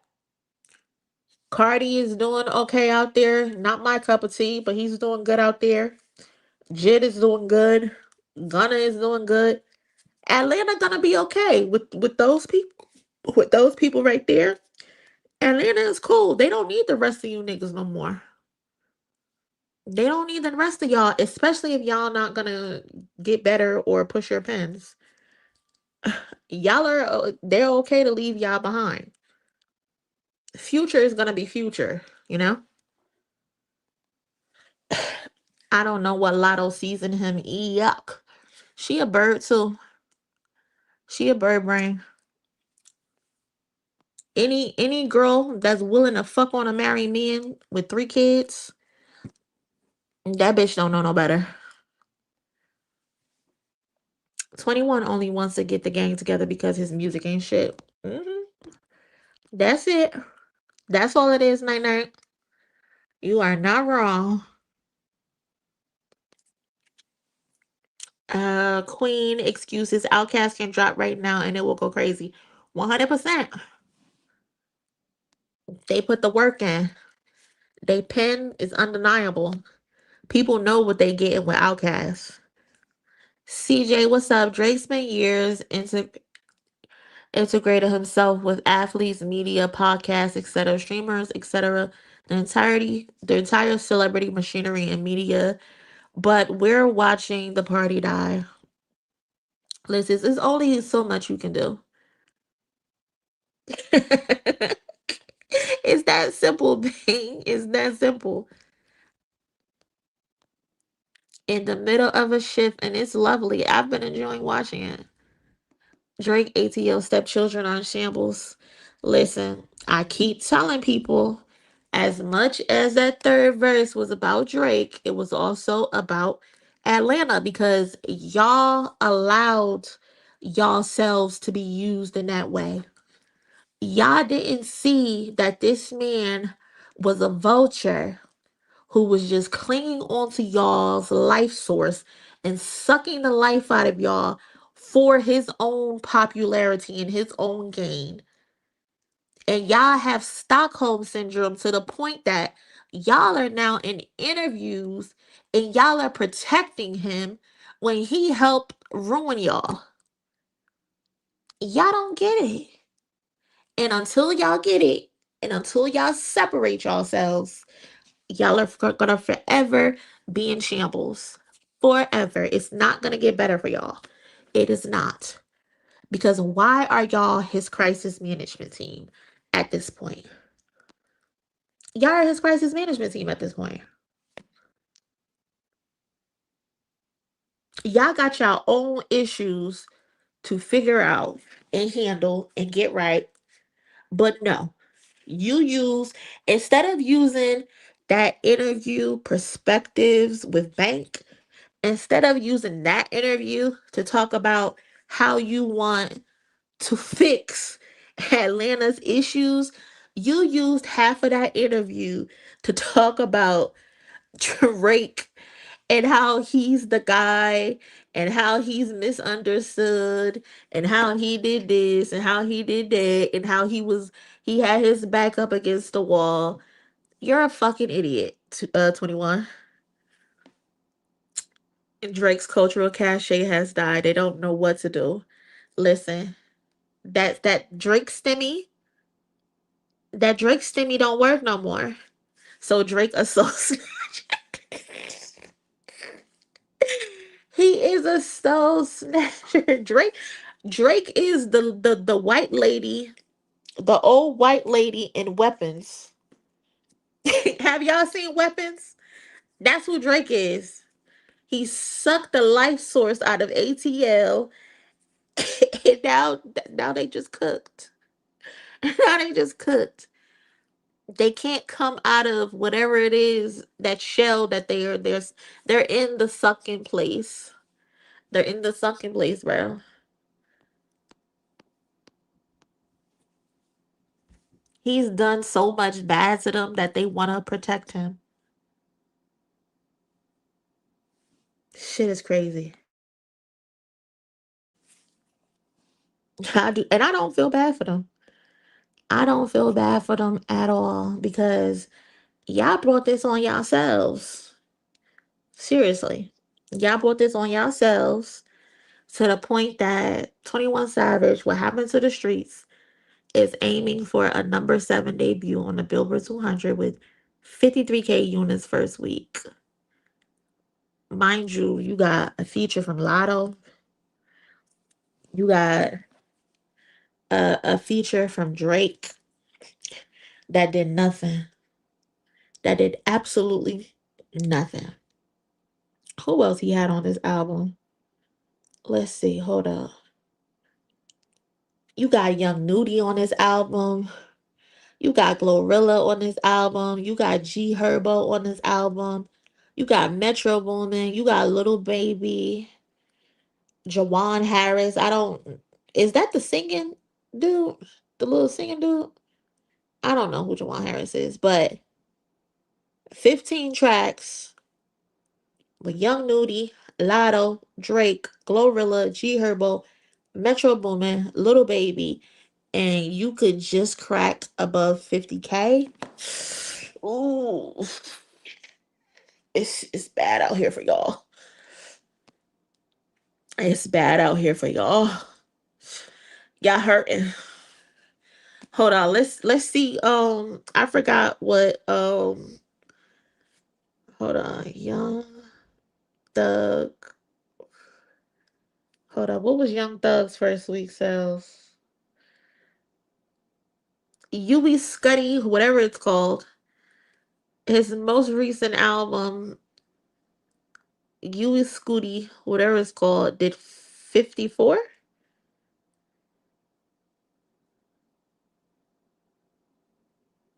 Yeah, did about 54,000. That's terrible. That's so terrible, bro. That's so bad. What's up with y'all? The only person who I think did good was Lil Baby, but they ended up saying he bought his sales. They ended up saying he bought himself. What's up, Bill? What's going on? So y'all just really out here down bad. I guess you run to Atlanta when you need a check bouncing. Oh my god. They said little baby bought his first weeks. Yikes, big yikes. Man, I don't know what they could do. What y'all think they could do to bounce back, y'all? How can Atlanta make this right? What's y'all advice? How do y'all think Atlanta could come back from this? I need y'all to give me some suggestions. We need some suggestions. We need to do a family reunion. Send me a message. Send me a message. We definitely need to do another one. Yeah, send me a message, Skip.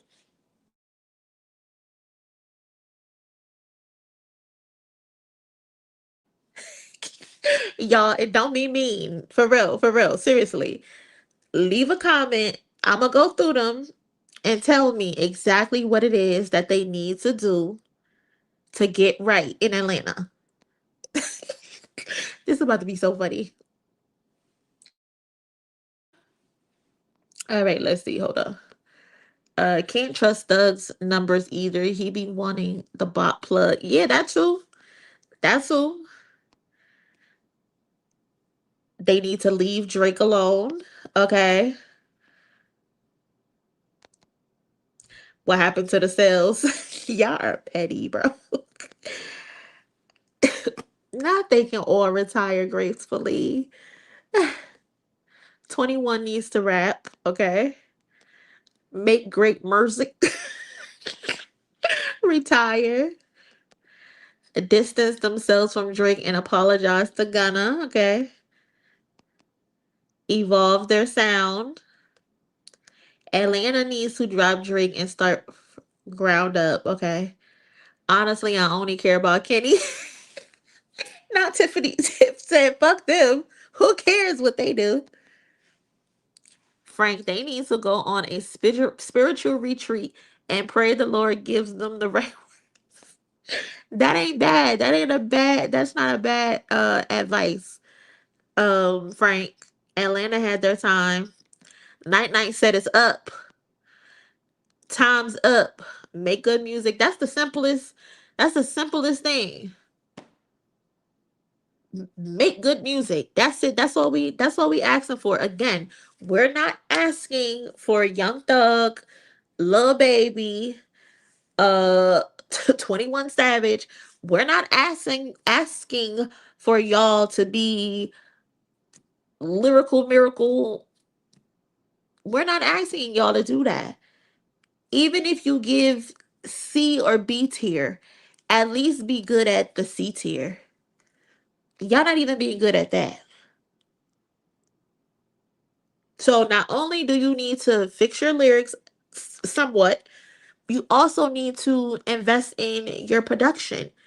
You can't just focus on one and forget the other. A lot of the times, y'all are focusing on your production and you're saying to hell with the lyrics. And we saw that firsthand with you, 21, because apparently the numbers page on Twitter said you used 21 and pussy at least 50 times in this album. That is crazy for you to say pussy and 21 over 50 times in one album. You using 21 and pussy as filler. You can't do that. They need to actually rap and promote real artists. Yeah, they need to, like somebody said earlier, they need to get behind Jet. 21 needs to make an album with J. Cole. They did a song. Didn't they do a song together? Um, I think it was called A Lot or something. This between Gunna and Thug. Yeah. The only person who seems to really be having an issue is Young Thug. Gunna doesn't give a damn, it seemed like. Gunna has moved on with his life. They need to put out a posse cut. That would be interesting. That would be interesting. With Metro producing it, I guess. And Gunna don't fuck with Aubrey Charles aside. I hate to say it, but it was inevitable. It's just their time to fall.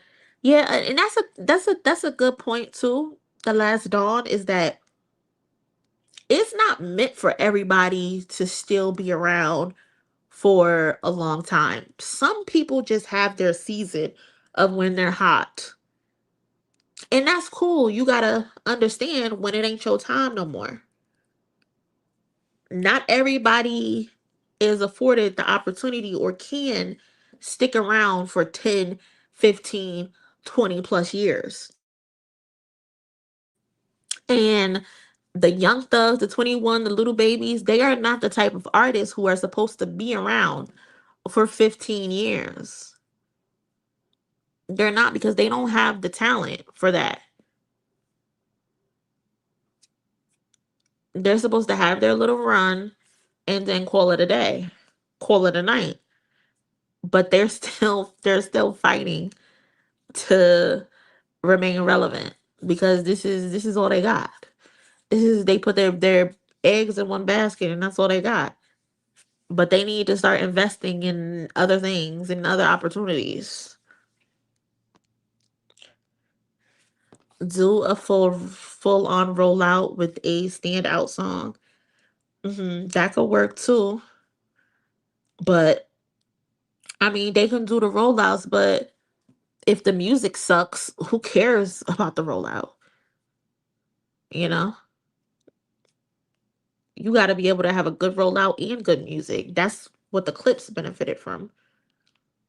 They could take a trip to the library, freshen up on their verbiage. We were saying that earlier, me, that they need writing courses, they need reading and comprehension classes. They need all of that. They have to denounce Drake as the colonizer he is to them and then stop rapping. Y'all are not playing. They need to purge themselves in waters of lake. You know where they could go? Oh, no, I'm not gonna say that. That's terrible. I'm not gonna say that. I was gonna say they could go to Lake Lanier, but that's not nice. That is not nice. That is not nice. That lake does not play fair, okay? They not gonna admit that. If they admit that, he gonna take their allowance away. Let's not forget, little baby had a video of blowing a lookalike GNX. He did, but then he never put it out. That nigga ain't crazy. There's nothing they can do. Don't feature Ari, just rap. No more collabs. Do solo careers for next year. Prove your skills. Build your craft. Think about the projects. Do more battle tests so people see your lyrical talent. You know what? SKNL, I like this answer. I really do like this answer. I think this is honestly their best option to stop doing the mandated collabs. Because I seen a lot of people when 21 Savage's numbers came out, I seen a lot of people in the comment section saying, I wonder who they could have featured to help boost the first week numbers. And I'm like, why are y'all leaning on features to help boost numbers instead of leaning on good music that keeps being replayed that will help contribute to the boosting of the numbers? But instead, y'all are correlating names to get more sales. Like, I know that's a part of it, right? Cool. But you shouldn't be relying on that only. You should be relying on quality music that has people wanting to go back and hit replay and listen again and listen to what it is that he said because you didn't catch it the first time. But no, they're just relying on features. But I do think they do need to get rid of the government mandated features because them shits are not helping. They're not helping. They're not boosting their sales. They're not making people want to listen to that shit. Again, you got G Herbo on the album. You got Little Baby on your album. You got Lotto on your album. You got Glorilla on your album, and it still flopped. You got Drake on your album. That should still flop. Mr. Recoup ain't recouping shit. They do need to focus on solo careers. They need to start as if they're starting their whole career over again, as if they are new artists. They need to be they need uh what do they call them? They need street is it called street teams, where they put together packages of what it is that they're going to do to help sell themselves. They need to put together 21 Savage hasn't done an interview other than that Perspectives with Bank nigga.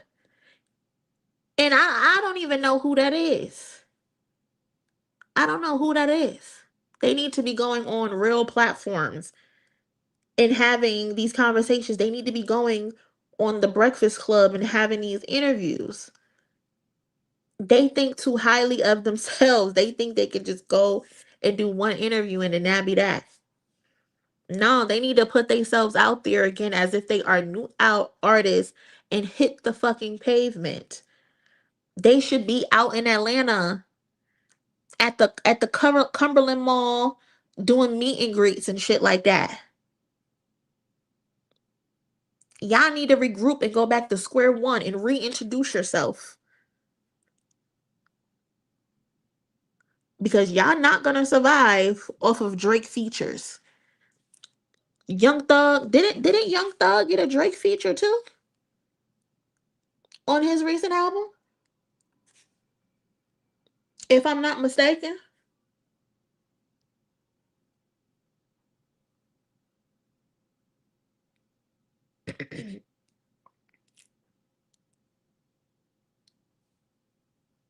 I think he did.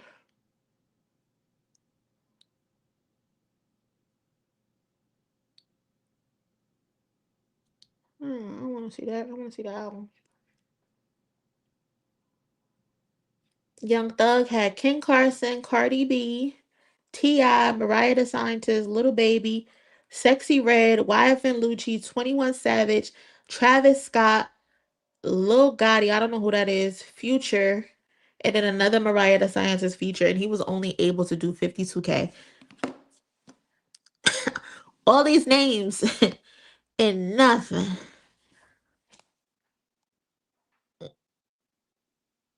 Shit is crazy, man. Y'all gotta go back at square one like you Brian McKnight.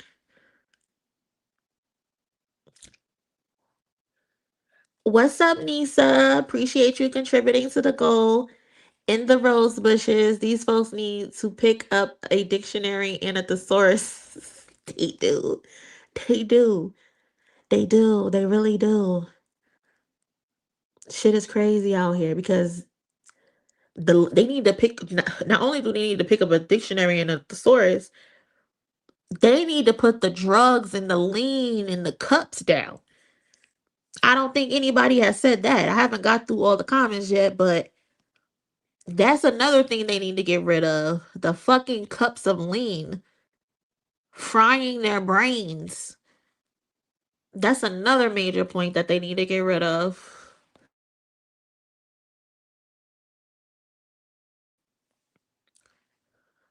At TT, it's our season to be down, I guess. Even the scammers are down bad. The veneer tech is facing crazy. I saw that. I saw that. And if anybody is allowing random people to put chains in their mouths, y'all are fucking crazy. And y'all need to be arrested too. Because what is going on, bro? Try some ayahuasca, strip the ego from the bottle. What's up, Danny Rose? How's your night going? They need to read more books so their writing, lyrics, storytelling can improve and try spoken word for about a year. I love me a good poetry slam. Listen, ain't that the truth? Is Skip still in here? What time you going live, Skip? What time are you going live? Um Damn, all them features in his album still went double tinfoil shame. I'm saying, Tess, that's what I'm saying. How do you have all of these features and you only put up 52K first week? Mariah the Scientist twice, Future, Lil Gotti, Travis Scott, 21 Savage, YF and Lucci, Sexy Red, Little Baby, T.I., Cardi B, King Carson, and only 52K? Big yikes. Big fucking yikes, bro.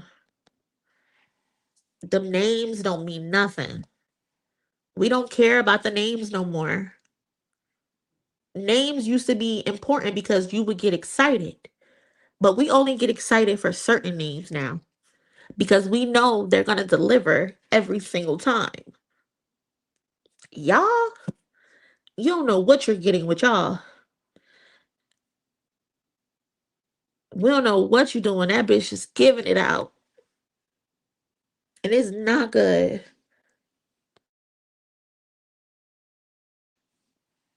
Mm-mm. Boss Lady Leo, reinvent and rebrand themselves. Stop glorifying the money, power, and respect rule within videos and songs and talk about and show growth within albums. Great suggestion, Boss Lady Leo. Great suggestion. Kendrick sold way more with underground artists. Yeah. Listen.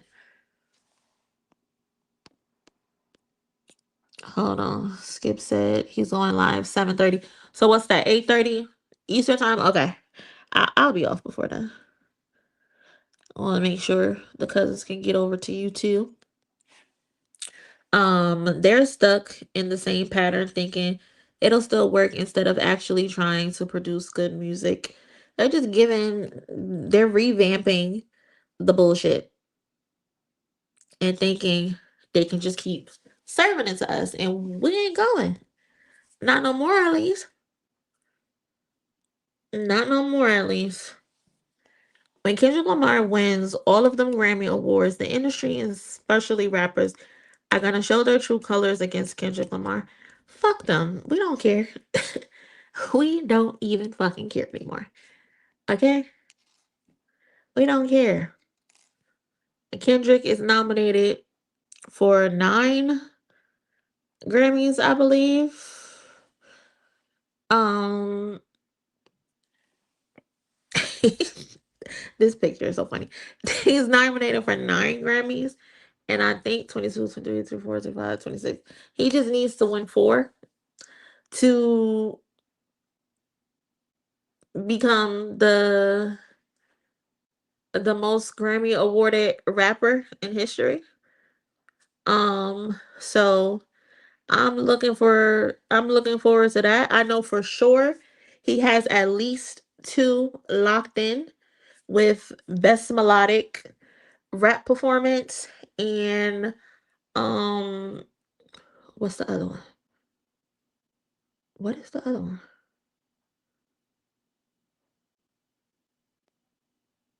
I can't think right now. I'm having a brain fucking fart.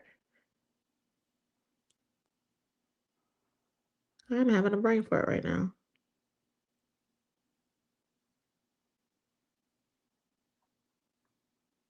And best rap song, I believe. It's either gonna be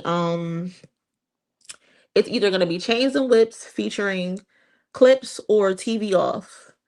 I think those two are a definite lock. Who wants to continue hearing 2 to 3 bars and repeated hooks? 21, 21, 21. Pussy, pussy, pussy. They say he said pussy 50 times on that album. 21, 50 times on that album. I don't want to hear that shit, bro. Then boom, Beyonce whole feature record drops out the sky. You know it's coming, bro. You know it's fucking coming, bro. You know it's fucking coming. He not even gonna be featured on it. He gonna write it. So he's gonna get the songwriting credit. That's how it's gonna go. That's exactly how it's gonna go. He's gonna write the song, she's gonna perform it, and then he's gonna get the songwriting credit. Because that's what he did with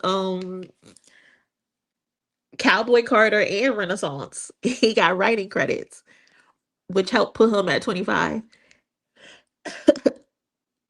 If Kendrick is opening his mouth, nobody is getting a Grammy right now, and they hate that. I remember Mr. Morale sold 295K the first week, and people said it flopped.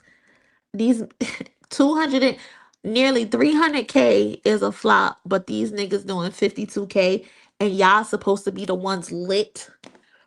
Remember, Young Thug said, "You need to collab with us. We could get you lit." Young Thug said that about Kendrick Lamar, that they can get him lit.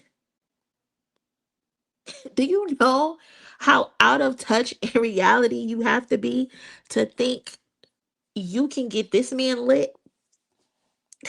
You, Young Thug, can get this man who just came off of nearly 50 sold out stadiums.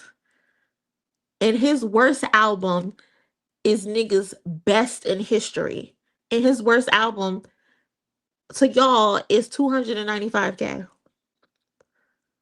That is so bad. That's so just blasphemy to me. Niggas is so delusional and out of touch with reality that they think they can get Kendrick Lamar lit. Fuck with nobody? You ain't gonna play nobody?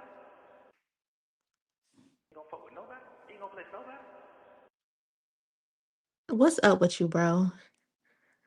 You are out of your fucking mind if you think you can get Kendrick lit. Get you out of here.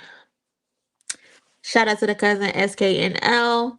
Appreciate the donation. Kendrick, truth, love, respect. All day. All day. These motherfuckers is delusional. These dudes couldn't sell out their locals. And look, Thug had an event last night and they said it was half full, the venue.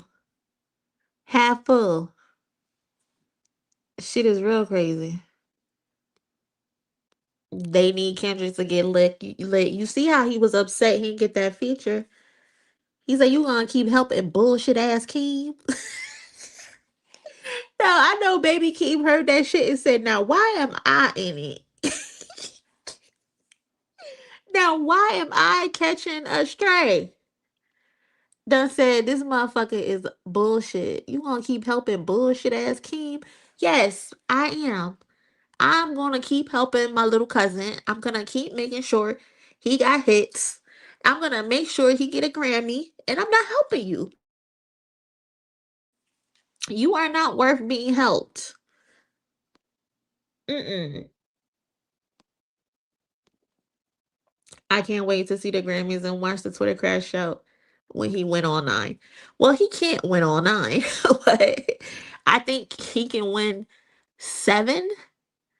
I think he could go 7 for 7 because he's nominated twice in I think 2 categories. So he can't win all 9. that man said bullshit ass Keem. Man, them phone calls was funny as fuck, bro. I still can't believe they had the nerve to do State Farm Arena and have a hero theme, man. Get the fuck out of here.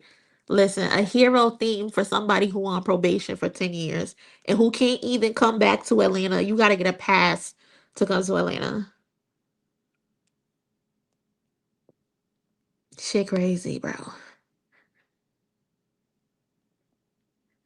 That's why he was in jail crying about that feature. They need him. Mind you, he had Drake on that album that he was begging Kendrick for a feature for. You already had a Drake feature. You should have been good by then. You had the stimmy. What you needed Lil Kenny for? If you got the Drake feature. Come on. What are you talking about? Man, that's my favorite sound bite, Tiff. I need to put some more. I got a whole soundboard that I don't be using. Keem catching the stray is still the craziest thing to me. So crazy and unprovoked. That nigga was in jail just hating on everybody. Even this Glorilla. Even this Glorilla called her ugly and everything and still got a feature out of her. These motherfuckers is crazy. Ain't finna bless nobody. You don't post no picture, delete that shit. This this man said, Kendrick, why your cute ass ain't posting? What you got an Instagram for? If you ain't posting no pictures. Do you know how crazy you gotta be to be upset because another man ain't posting on his Instagram? How crazy are you that you're upset that this man refuses to post on his Instagram? He said that nigga is so cute, I have to see him. Why ain't you posting? We want to see you, bro. We want to see you. We miss you. You have to post. That is crazy to me, bro. Shit is crazy. Bro was in jail just panicking. Panicking over nothing. Shit that ain't got nothing to do with you. And you upset about it. Said if you ain't gonna post, delete the Instagram. Delete the fucking Instagram if you ain't gonna post. Um if he sweep the song categories, it's gonna be a long night. Clip generation. What the hell is that? I'm not gonna ask for that. India, he don't take no money, do he? That man was like, no, you know he don't take no money. He do the shit for the sport. He was mad as shit. He thought that's the issue with them. That's the issue for them. I'm glad you brought this up, India. That's the issue with them because they think they could pay their way for everything. They think everything is transactional. If you give money, then you gotta help me out. Blood said, Kendrick don't take no money. Kendrick don't care about no money. That man thought he could bribe Kendrick with some money. Kendrick is not hurting for a damn thing. He said, I need to see his cute ass face. And I also want to pay his cute ass. Oh man, Thug is fucking funny, bro. He don't take no money, do he? That man said, hell no, he don't take no money. Hell no, he don't take no fucking money. He don't need no money. That shit is funny, bro. Like, I can't. I know he was probably mad as shit when he saw Kodak on Mr. Morale and the Big Steppers. I say, why the fuck he got Kodak on here for? He could have had me up there. You put fucking Kodak on here before me? I just know he was pissed about that. I just know it. You can't tell me he wasn't.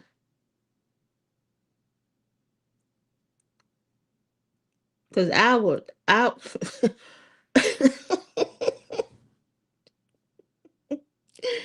oh man. Listen, you can't pay everybody. Not everybody is for sale.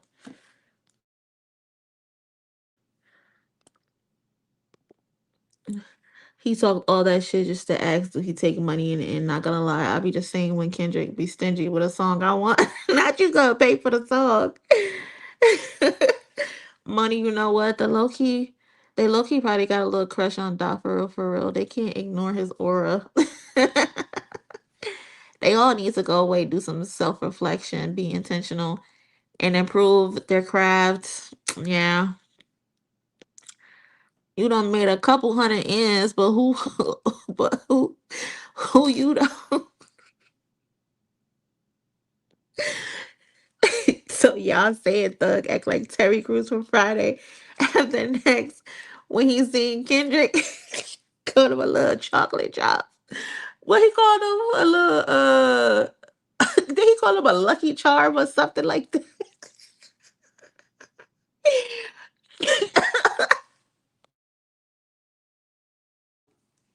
Oh my god, man. I'm over here choking. Said that nigga magically delicious. What is going on, bro? Oh my god. He said I need that.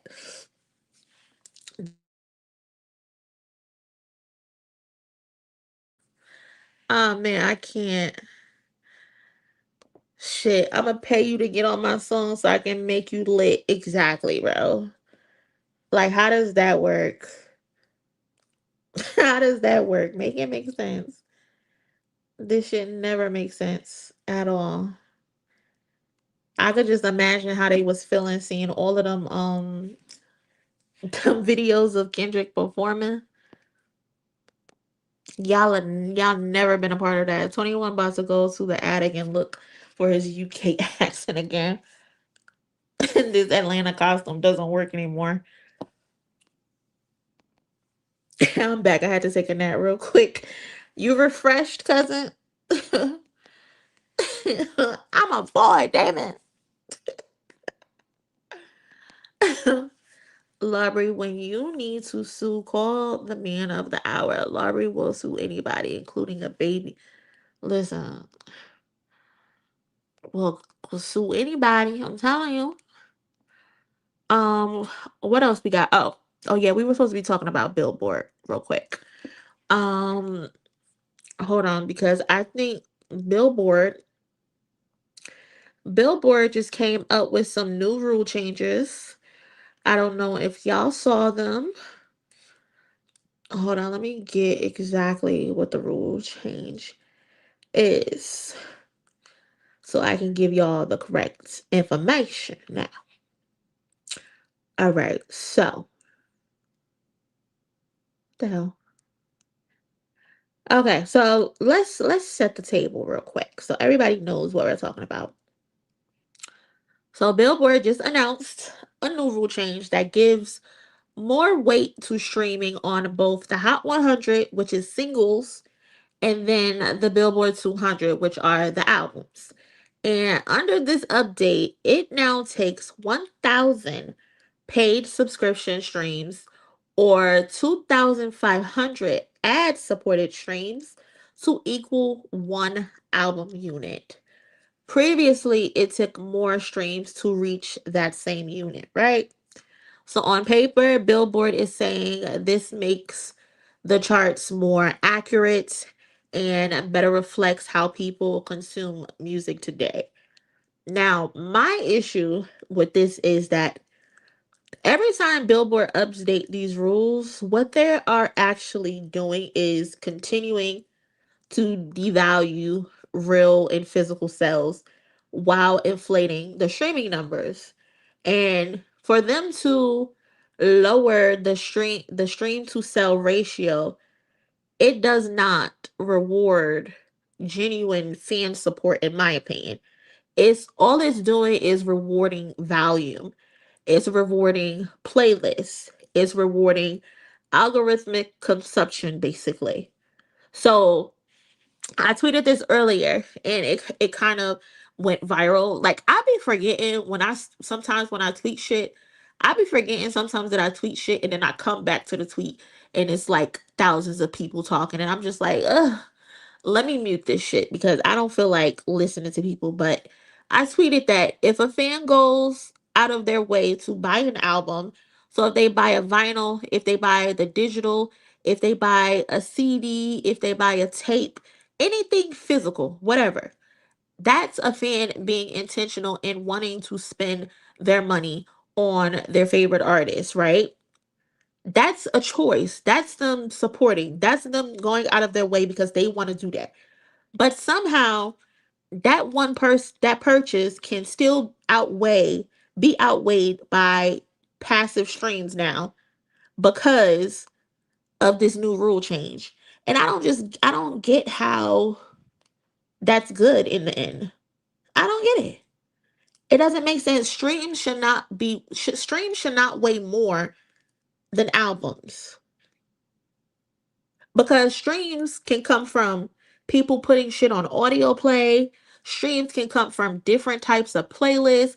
Like we seen what happened when Drake was the face of every single playlist. Why is Drake the face of Christian gospel? Why is Drake the face of yoga? You know what I mean? Yoga playlist. Then you have artists like Drake, like Nicki Minaj, who fans put shit on Taylor Swift as well, who put shits on, they be looping the songs in the background, not even listening to the music.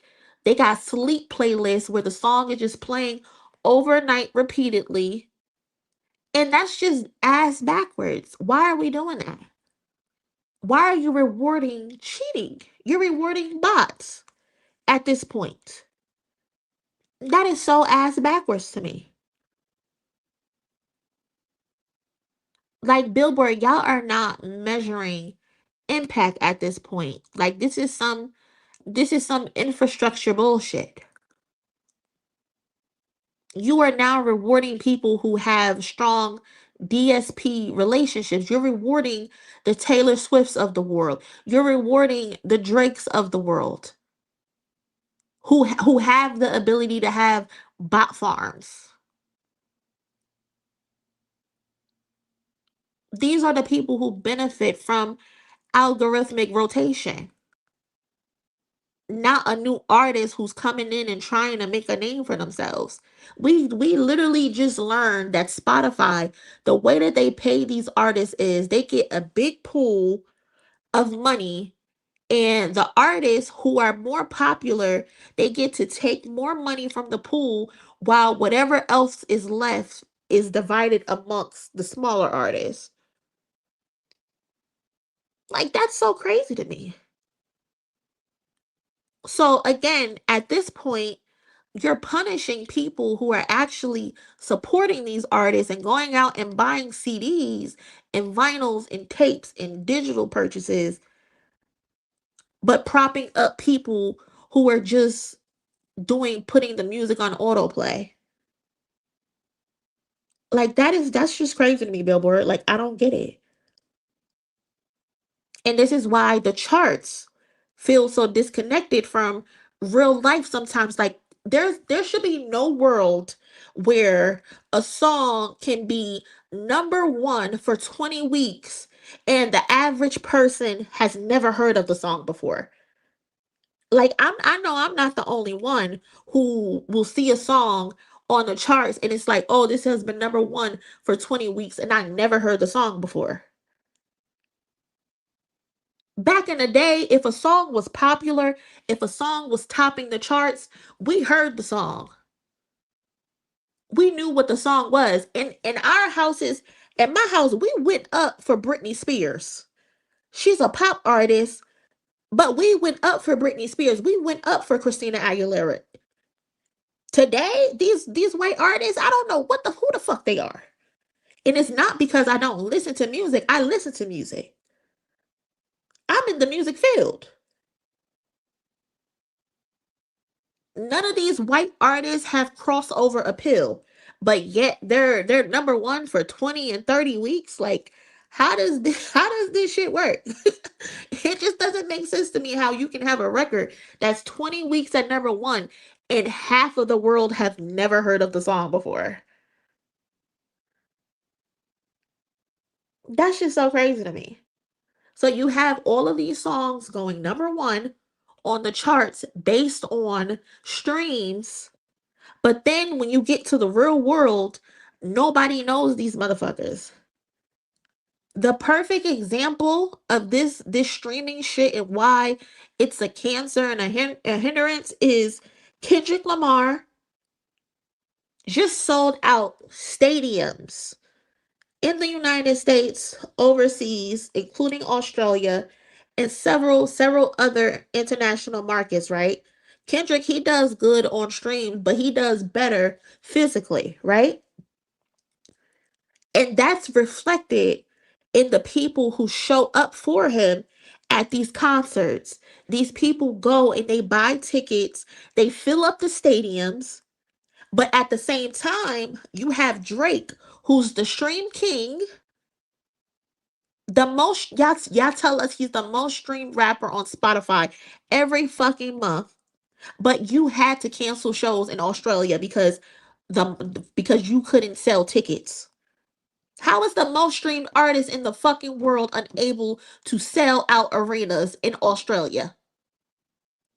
But the guy with the least quantity in music, who does good in physical sales, is able to pack out stadiums every night in festivals. Do you not see the issue in that? Like, y'all are not seeing the issue in that? Pusha T said it best. You niggas is stream kings, but you can't fit a crowd in there. Or however he say it. Y'all have all of the streams in the fucking world, but you can't fill an arena. So at that point, now you're canceling the concerts, citing as logistics and infrastructure issues. Come on, what are we doing? Billboard, you're not thinking this through, Billboard. You're not thinking this through, Billboard. The physical purchases reflect the real world demand. Streaming just reflects digital consumption. That's all it is. Streaming will never go away. Streaming is the now. But streaming should never outweigh the physical purchases. Like that just doesn't make sense. This is exactly what I mean when I say the charts are drifting away from the culture. People should not. Is it cool to see your favorite artist on the charts? Sure, it is. You want your favorite artist to be successful, right? But the charts have drifted away from the culture a long time ago. Again, you will see an artist dominating streams, sitting high on the charts, but yet y'all are struggling to convert that into real life turnout. Meanwhile, another artist is moving tickets, selling merch, driving conversation, and that impact doesn't get the same chart recognition. But they are able to fill up the arenas and the stadiums. That's why nobody could tell me shit about Beyoncé and her performance on the charts.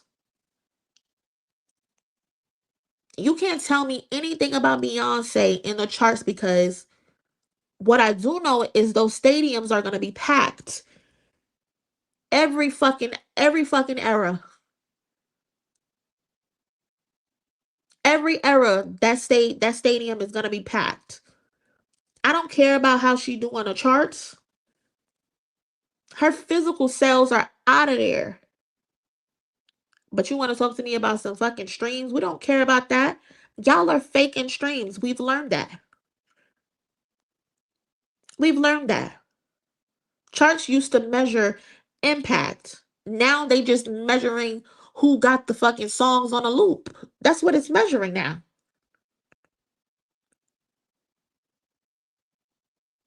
The numbers in this day and age, the numbers do lie. The numbers lie in these day and ages. The numbers are only telling you what the algorithm has on a loop, not what the culture is actually feeling.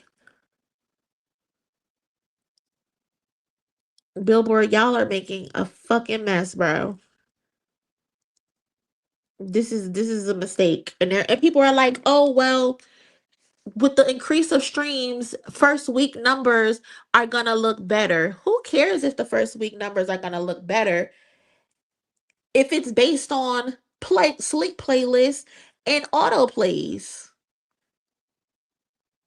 Do we want good music, or do we just want numbers that look good because of streams? Because the streams got a boost in importance.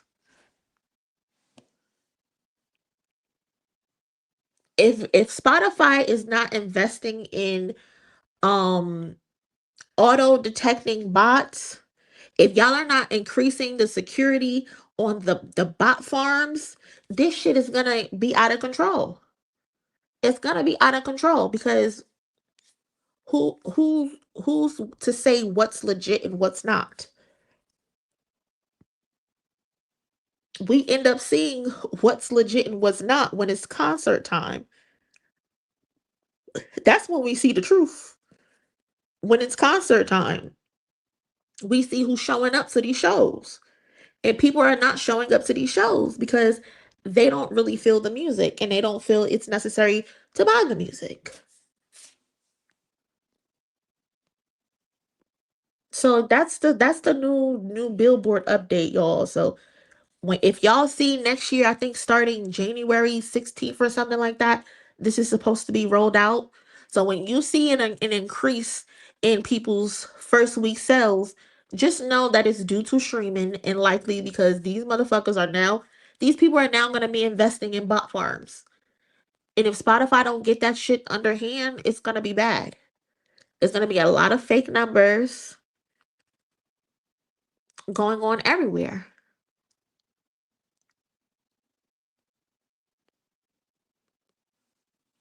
Don't be surprised they find a way to flip views from reaction videos to streams.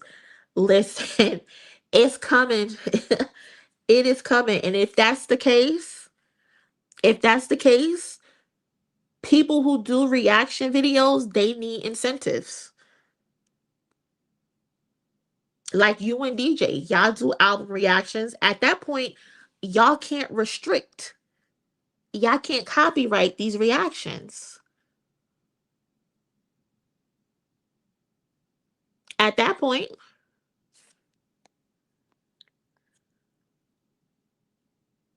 y'all gonna have to allow these people to make their money. Watch Iceman drop in January. Yeah, that's what it's looking like. That's what it's looking like, because he's gonna benefit from this new update. And that's why his fans are on Twitter rejoicing, because they know he's a stream king, and they know that they invest in those sleep playlists. They know they invest in those bot farms. So they're excited about this. Not get Lucy on the phone. That's how they want it. Yeah, for sure. Stream king, but you can't put a crowd in here.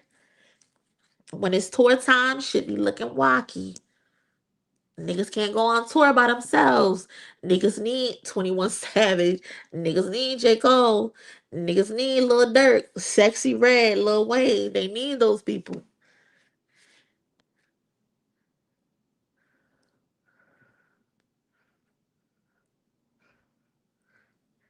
Oh, he was waiting for them new rules. Likely. Likely. Mm. Money, I wish you were on the collective Justin Hunt stream tonight. Oh, they going live tonight? I had no idea. Everybody going live tonight. I'm pretty sure it's still gonna be a good show. Uh, Let me see. Hold on. How long we been on here?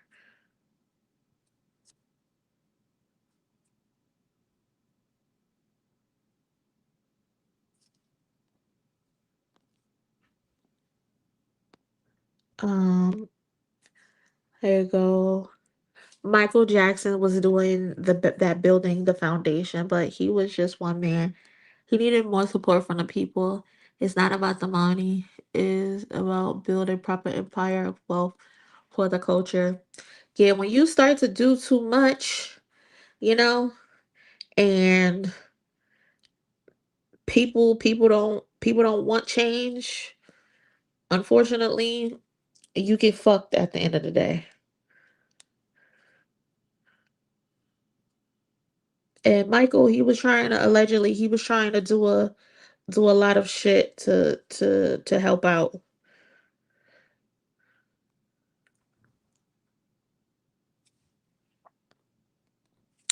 Mari Povich wants to come out of retirement to help settle the beef between Nicki Minaj and Cardi, and also Drake and Kenny. If Mari don't go somewhere and sit the fuck down, what? He said that. Mari, don't you deal with paternity? Let's focus on that. How about how about we focus on that? Why do these people have to come together? Is what I don't understand. Like there's been between Nicki and Cardi B, Drake and Kendrick, a lot of things have been said that there's just no coming back from, you know? Nicki Minaj has said some very, very, very, very, very crazy things about Cardi B, about her children. Cardi has said some crazy things too, but I personally don't think she said things to the extent of what Nicki Minaj said first. I mean, Nicki Minaj is on record saying that she would kick Cardi B's child's teeth in. She's called her child ugly. Yes, Cardi B responded back and said that her son be banging spoons and called him slow. But those things were a response. And when you talk about people's children, they go into attack mode. She's a mother at the end of the day. She's going to protect her child at the end of the day.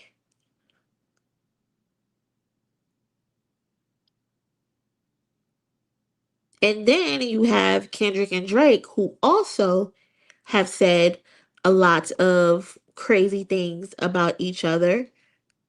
But again, Drake is the one who started it. He started with um mentioning Whitney.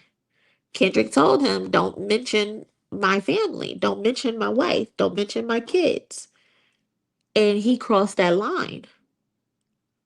Plus, Nicki and Drake, I wouldn't want to be cool with them whether they said negative things about me anyway, because they both have a questionable history of being associated with or being a part of very weird things when it comes to assault.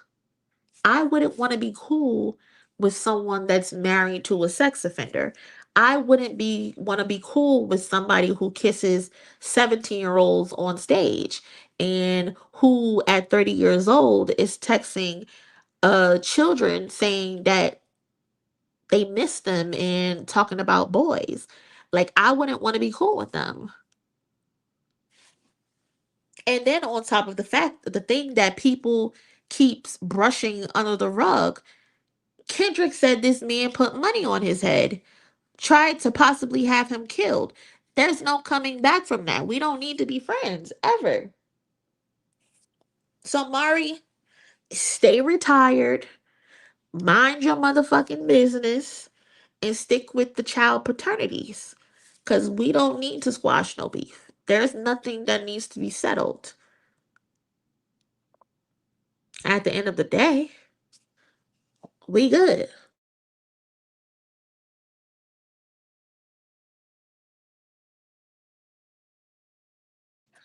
I ain't got nothing else to say.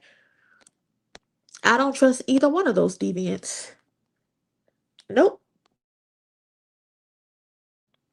Prince tried to fight back against the streaming too. Yep, he sure did. Mm-hmm. Mari ain't helping a damn thing. He better chill for he catch up on. Mari just trying to get in on them ratings. That's what he trying to do. I want Mari to tell Drake, and that was a lie.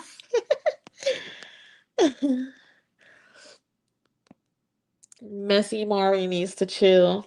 Mari messy as shit. Lucian Grange in the industry doesn't want the people that buys physical media and physical music owning their music. They want all entertainment, all digital and use, and us the people not owning anything. That is true. That's a great point, Night Night. We were talking about that earlier in the Discord. If you're not in the Discord, click the link that's pinned and join the Discord because we be having more conversations. On in the Discord that we don't have on here. I mean, we talk about sports in the Discord. We talk about the news, food, pets, movies. I think right now we having a Walking Dead marathon going on that's being hosted by Kwani in the Discord. So we talk about a little bit of everything in the Discord, but we were talking about this too, and I was saying how streaming is always going to be here. It's just, this is just a part of what it is now in music. But when it comes to physical media, I would rather have physical media, which is why I have like such a big vinyl collection. And now I started collecting CDs because um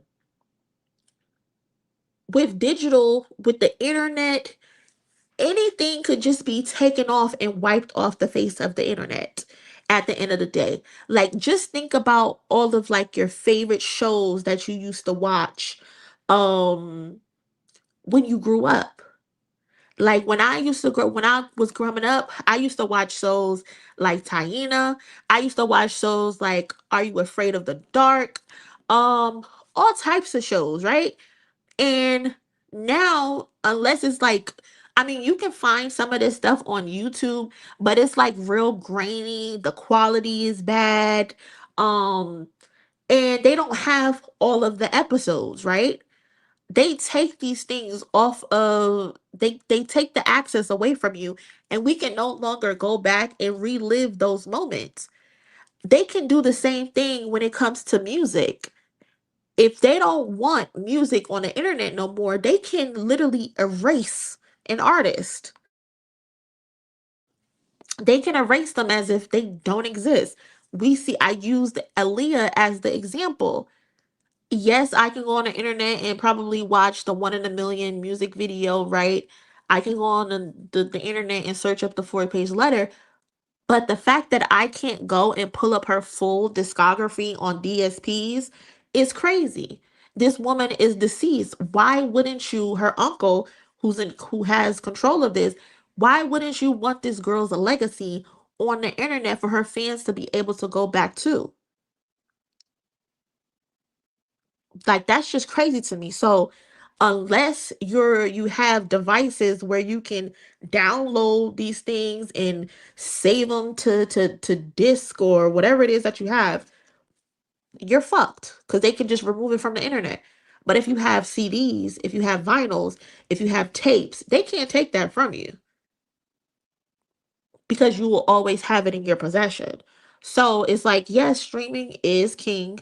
Streaming is very important, but ain't no telling what could happen with streaming. Ain't no telling. So that's why I collect my vinyls, but now I'm into collecting the CDs because I got too many damn vinyls at this point. I'm starting to collect CDs. Um, but yeah, they don't want us owning shit. I used to have so many CDs when I was a kid. I don't know what the fuck I did with them. That's just like toys too. Like when you were a kid, you used to have so many toys, and then one day they just disappear. And I've never seen my mom throw anything out. I never seen my dad throw anything out. Like, where did these toys go? They just get up and walk away or something. I don't know. But yeah, buy physicals, support the artist that you love, and buy the physical purchase. Yes, yes, still stream them. That's what I do. I still stream, of course, but I also buy the physical CD just to have in my possession. Man, Mari better get out of here. Why the hell? I thought he was like 94 and resting before going to Mari is still out here kicking. Mari is still out here very healthy and still kicking. Not you thought he was deceased. Oh my God. We don't even want to see no damn Nikki anyway. She can stay the hell where she at. She definitely can with her homophobic ass. I still don't understand how her fans put up with her.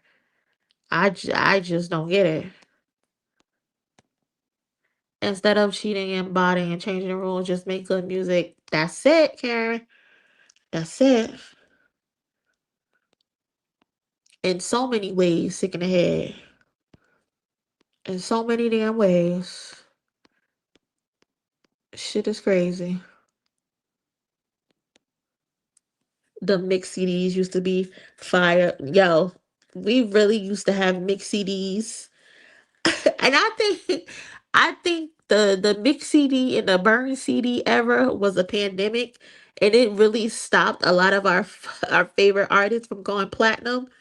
But yo, I used to love a good mixed CD. And then the ones with the blends, man, we used to have a time with the CDs. Me and the wife throw them away when they go to the grandparents.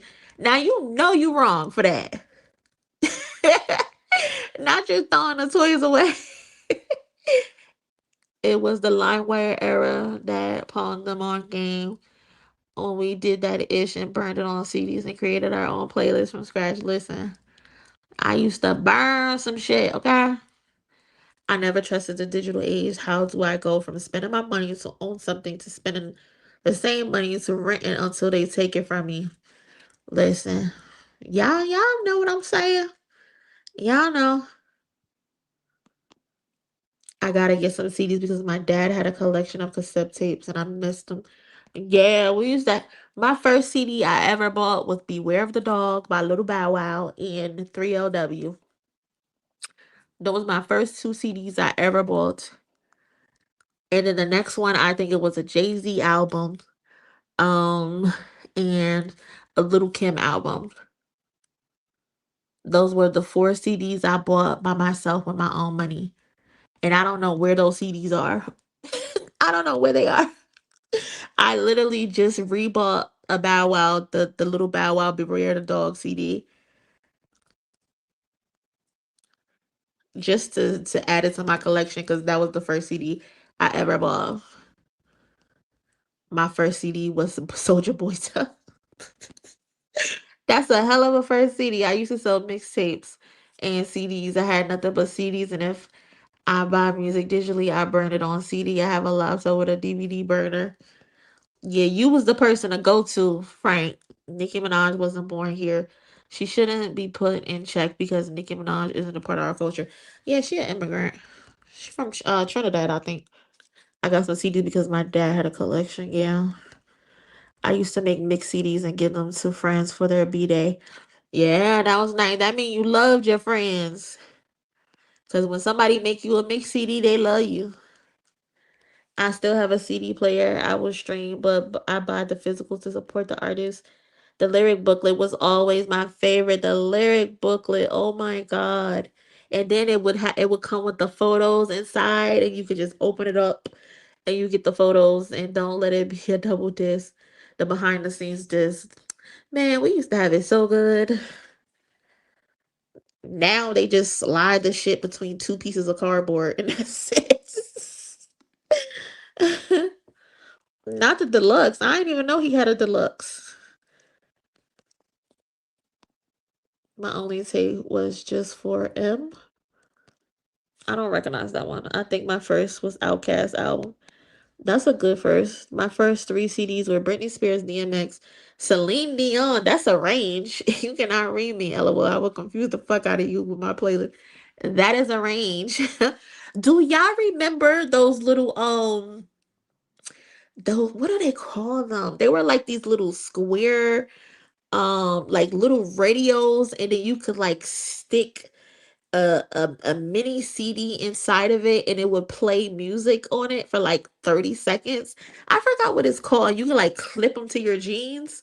I forgot what they were called. My only tape, it was just for me, and it came out of my prime box. Perm box? Just for me had a CD? That's crazy. That's crazy. Luna Lemon, yeah, they used to do a whole photo shoot for the album booklet, right? They used to do whole photo shoots for the booklets, and then the lyrics would used to be printed on the booklets too. The lyrics to the songs. Now we gotta go online on Genius. Like that's crazy. I bought the Carter 3 in dedication for my brother. Oh, you real? Yeah, it was like a keychain. Yeah, you know what I'm talking about. I mean, I was listening to Pac and No Limit than Cash Money. Man, and Patterson, bro, we used to love Cash Money, bro. We loved Cash Money. Like bad. What's up, cousin? LaQuasha. Hey, cousin. How you doing? How you doing? Um, I think that helped us hit our goals. So shout out to you, cousin. Thank you so much for contributing to the channel. Right? I think so. Yes, it did. Thank you so much. Um, really, oh, I think I know what you're talking about. iPod mini. No, this is way before iPods, cousin. Way before iPods. Um,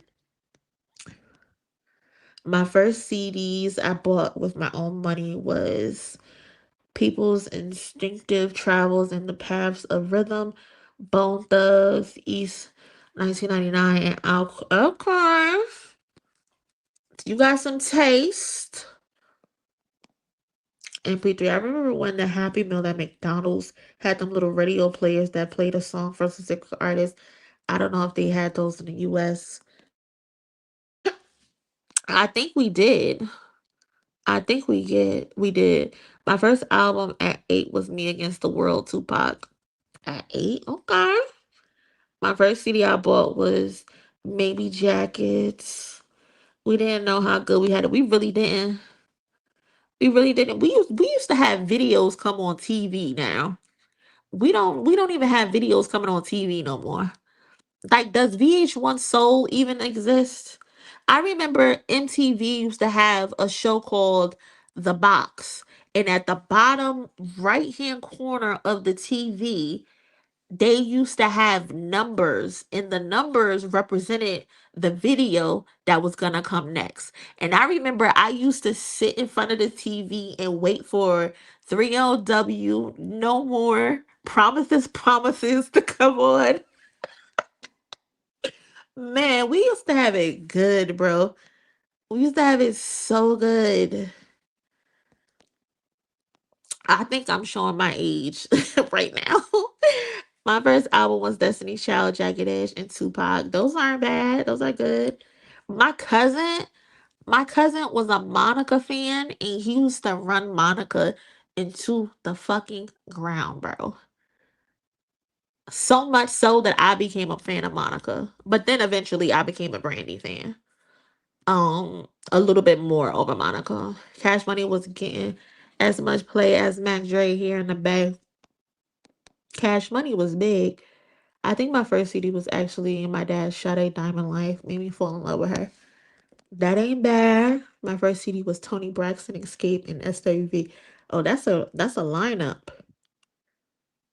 Your parents did good. We gonna radicalize our baby early. I heard YouTube is not using Billboard charts anymore. I think I heard something like that too, Q. I gotta really look into it. Man, like how we used to code our MySpace and Blackpink. Listen, you could not fucking tell me nothing with my coded MySpace page, okay? You could not tell me nothing. My layout used to be so fucking fire. So fire. My layout used to be so fire that people used to be asking me to do their page, okay? My shit was fire. I used to have it to where my top 10 and my top people, I used to hide my top 10 so nobody could complain about not being in my top 10. Okay? I used to have all different types of fonts. My shit didn't even look like a MySpace page. It looked like a whole different page, okay? I was a professional coder at that point. Oh my god, I was a professional out this bitch. I also got my first whooping because of MySpace. MySpace had me in some trouble, y'all. But it's cool. I survived. I survived. I was talking to boys on MySpace, and I shouldn't have been talking to boys. But it is what it is. Yeah, the box was lit, right? Okay, you remember what I was talking about? Remember trying to learn the dance routine from videos? Listen, always try to learn the dance routines. Always. That's like I see kids now on TikTok dancing, and I just remember like we used to do that too when we was kids. We used to make up dance routines right in the driveway. Brandy and something else I'm forgetting. I was 10. The box money, you done took me back with that one. That the box I used to literally sit in my living room and wait for my favorite number to pop up on the screen. And I'm like, yes, this is my song. Thank you. Luna Lemon is a hit clip. Yes, that's what I was talking about. Thank you for that. They used to come with a variety. Like they would have like Britney Spears. They would have NSYNC. Like I used to love that thing. I don't know what I did with it. Still remember the Nelly tip drill video. It was informative during puberty. Listen, we are so desensitized to seeing ass and titties and all types of shit. BET Uncut was you had to sneak and watch. And then when you was watching BET Uncut, you had to make sure the remote had the correct channel to hit the last on before somebody come in. So you would put it on cartoons, and then you would put it on BET cut. And when you thought you heard somebody, you would hit the last button. Terrible, terrible, terrible, terrible. But it's the truth. But it's the truth. BET Uncut had Tip Drill, that Ludacris song, the pussy popping on the handstand song. Crazy. Like, we should not have been watching that stuff. But now that shit is normal. That shit is so normal now. I remember the tip drill video and the credit card swipe. You had the people so outraged that they had a whole press conference over that shit. That's how crazy the tip drill video was. That they made Nelly go to a press conference. Like, what? Now, one scroll, you see a person's ass cheeks. You see, I done seen so many people coochie that I should not know what your coochie look like. Why do I know what your coochie look like? This shit is normal now. Nothing is off limits anymore. Uncut was something, man. That's how I found out about the Zip Drip music video. It came on TV when I was sneaking downstairs late night to watch TV, and it corrupted me. Now they corrupted you.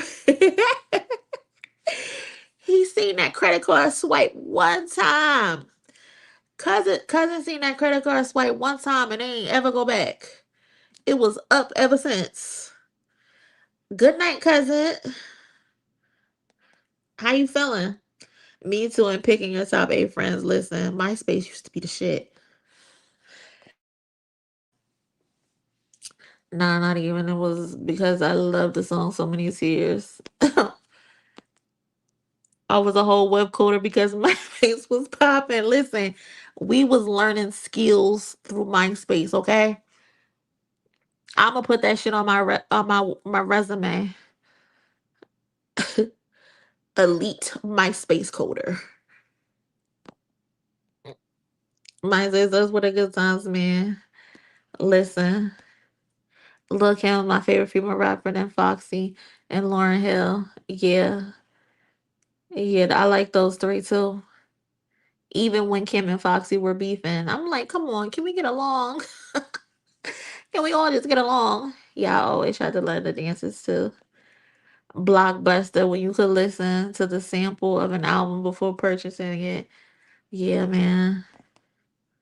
The dances back then were cold. Macarena. Yeah.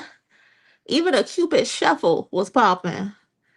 And we will wait to record on cassette and VHS the music.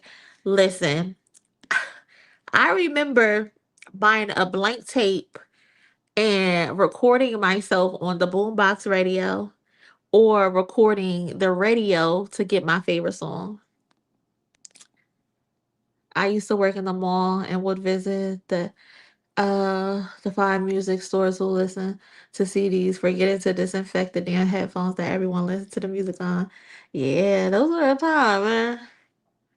Those were simpler times. I had a blast growing up in the 90s. I'm telling you, life was good. As long as you was back home before those street lights was on, shit was good. I think my mom walking on me watching Janet and Busta Rhymes video. That video is nothing compared to now. But back then it was like, no, you can't watch that. My first hip hop album was Nas Godson. That's a good album. That tip drill video is legendary. The credit card swipe. Listen, The Weeknd made a lot of money off of his catalog just recently. I saw that. I wasn't sure if that was legit or not because of where I saw who I saw posted it. But I do have it in my notes to do some research on it.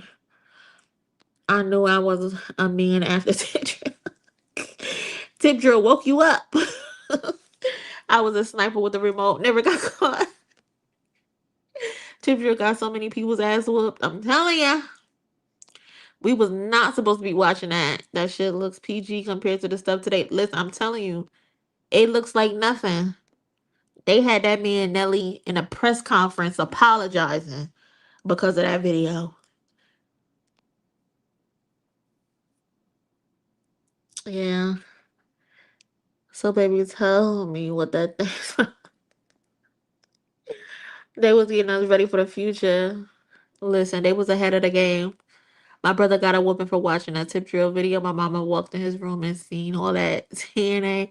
She beat my bro like he was close to kids. I said, it must be your ass because it ain't your face. I need a tip drill. The trapped in a closet videos were insane. Listen, after a certain point, it just became ridiculous. Like, R. Kelly, you're doing the fucking most at this point.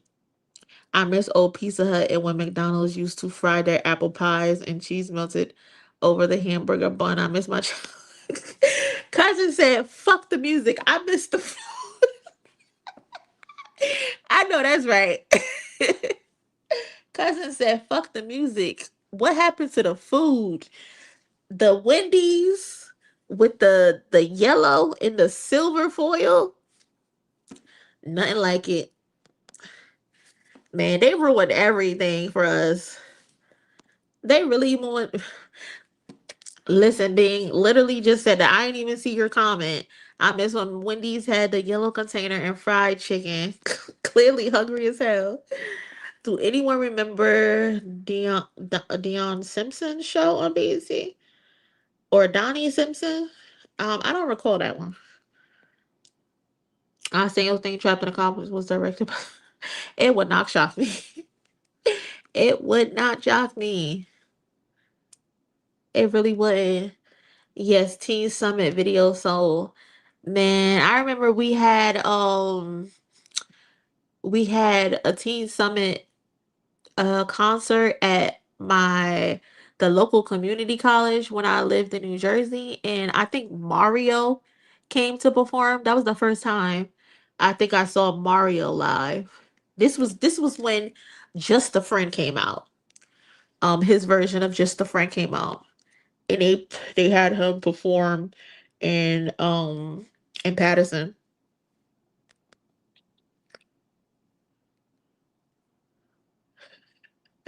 Mama turned him into Toby.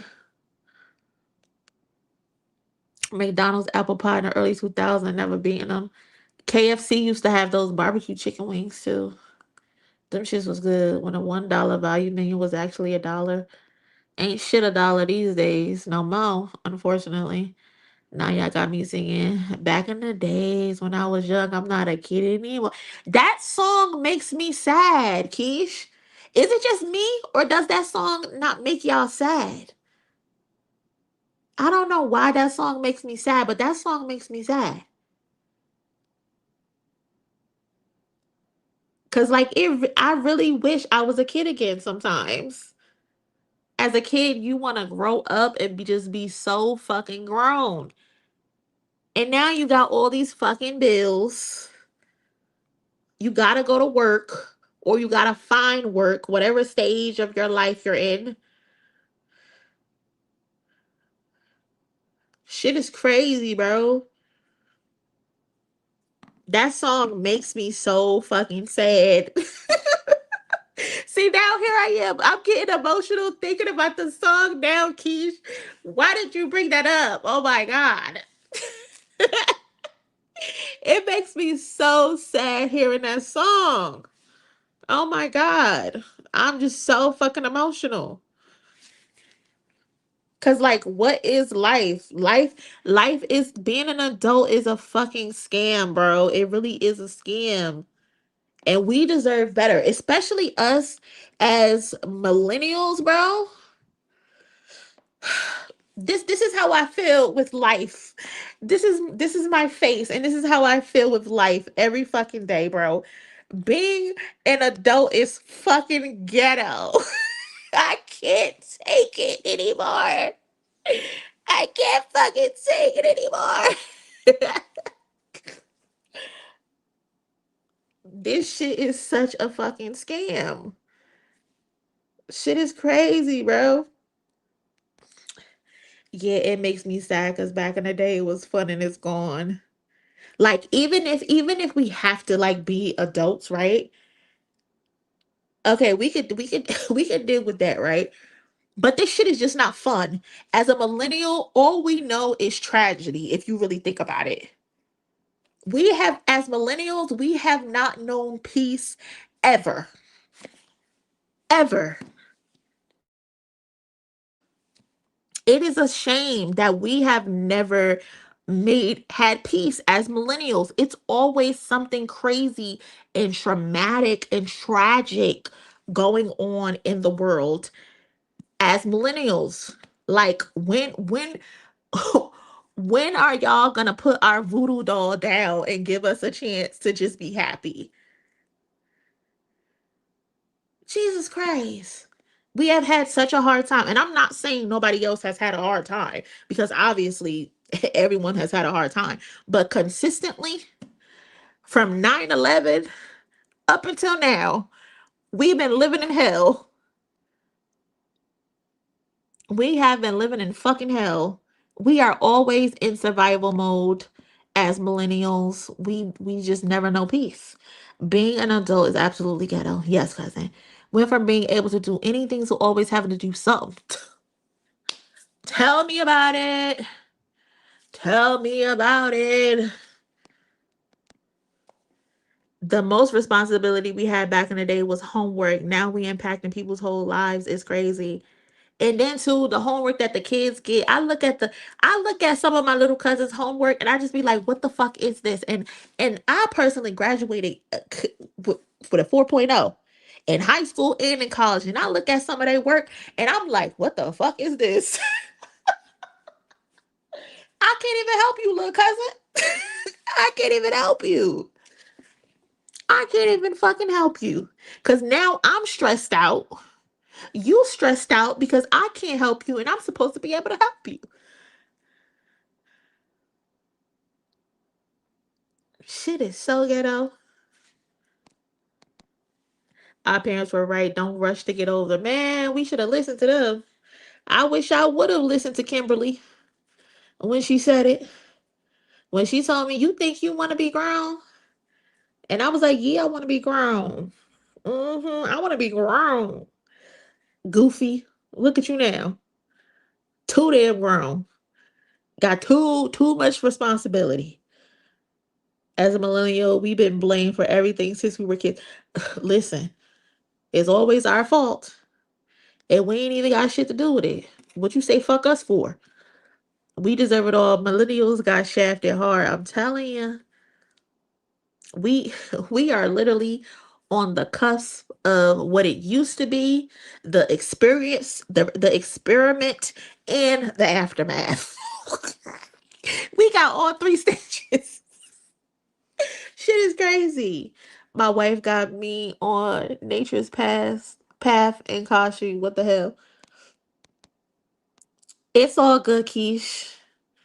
But you know what I do? I listen to that back in the day song, and then I'll listen to Blackberry Molasses, and then I'm really fucked up. And then my mood is really fucked up. But I feel like those songs go together. They just fit. When I want to be sad and I feel like I need to cry, I listen to those two songs. Especially back Blackberry Molasses. Oh my god. That shit really get me in my feelings, okay? And I think that was Tupac's favorite song.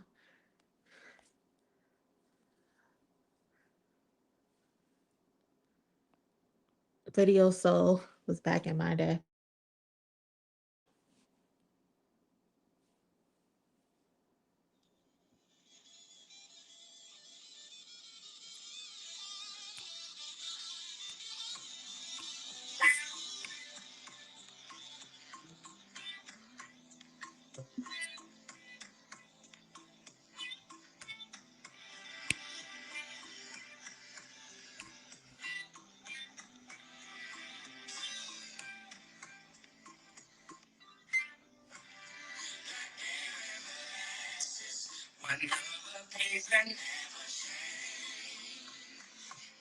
We gotta keep pushing on this and living on this.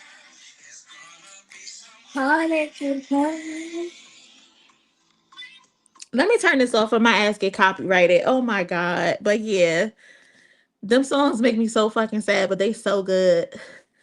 Adulting is a scam. A scheme that toss. Oh my god. Speaking of Todd, they need to hang Candy Jersey in the rafters. They really need to hang Candy, Real Housewife of Atlanta Jersey, in the Raptors because Todd thought he was gonna come up something good, and Candy said, "Uno reverse, bitch." Candy said, "Uno reverse, bitch. You ain't getting nothing." I got you on candid camera in so many directions of you signing this prenup. Okay? You're not getting a dime. Millennials, we have had a very hard time forever. I'm telling you guys, they gave us PTSD since Y2 fucking K. Listen, we survived 9/11, two Trump presidencies, a coronavirus pandemic, outside school shootings, stock market crashes. We're the traumatized generation. Yes, CJ, lay it out for their asses. Lay it out for them. We have been through hell. Hell for real. I still remember where I was when Pac died. I was like 9, then they interrupted my pay-per-view wrestling. I don't remember. I don't exactly remember when Pac died. Um, I might have been like 2 years old when Pac died. I can't remember what year exactly he died, but I remember when Aaliyah died. I remember exactly where I was when Aaliyah died. That shit took me out for real. Um, that song be like, "Wake up, everybody! No more sleeping in bed." The song is sad to me. Yes, yes, Tiffany. So damn sad. Listen, we got each other. We got each other at the end of the day. That's all we could do is just lean on each other. Shit. I'm Gen X. I had such a fun childhood. I'm glad you did, cousin. We had a fun childhood too, but then shit just kept happening. Shit kept happening. 9/11 though, that was the first tragedy. I remember that shit like was yesterday. We in class. And then too, on top of the fact, I'm from Paterson, New Jersey. So Times Square, New York City is like 30 minutes away. So I had a lot of teachers whose children, whose family worked in New York City because it's right there. So a lot of the teachers were going through it. So imagine being a child, you see a bunch of your teachers crying, not knowing what to do, rushing out and leaving. Then we had to exit the school building, so all of the kids are outside, and then we started to have like frequent fire drills just because like it was a lot going on back then. So we're all just young as hell. We're babies, basically confused, and we see all of our teachers crying and shit like that. It was a lot going on. And thankfully, what kind of eased our day was because my teacher, Mr. Lake, I remember him. He also, outside of him being a teacher, he had an ice cream truck. So he ended up bringing his ice truck around and giving all of the kids ice cream to kind of like take our mind off of what it is that was happening. But that shit was a lot. That shit was crazy.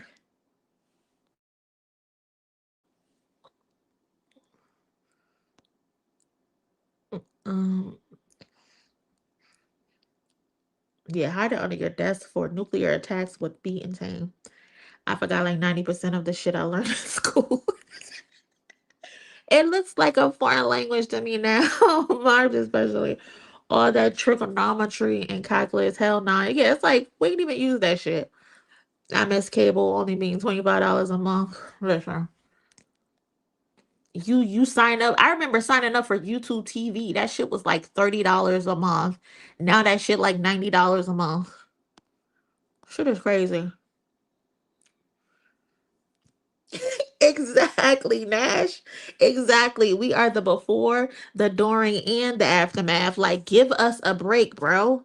We are tired of being test dummies. We are so tired. I had to play it for a second. I had to. Day after day, that scene and set it off with Queen Latifah. Oh, set it off make me cry every time. TT, first of all, TT dying. Stony, is it Stony? She talking about banana flambés and shit. TT in the seat dying.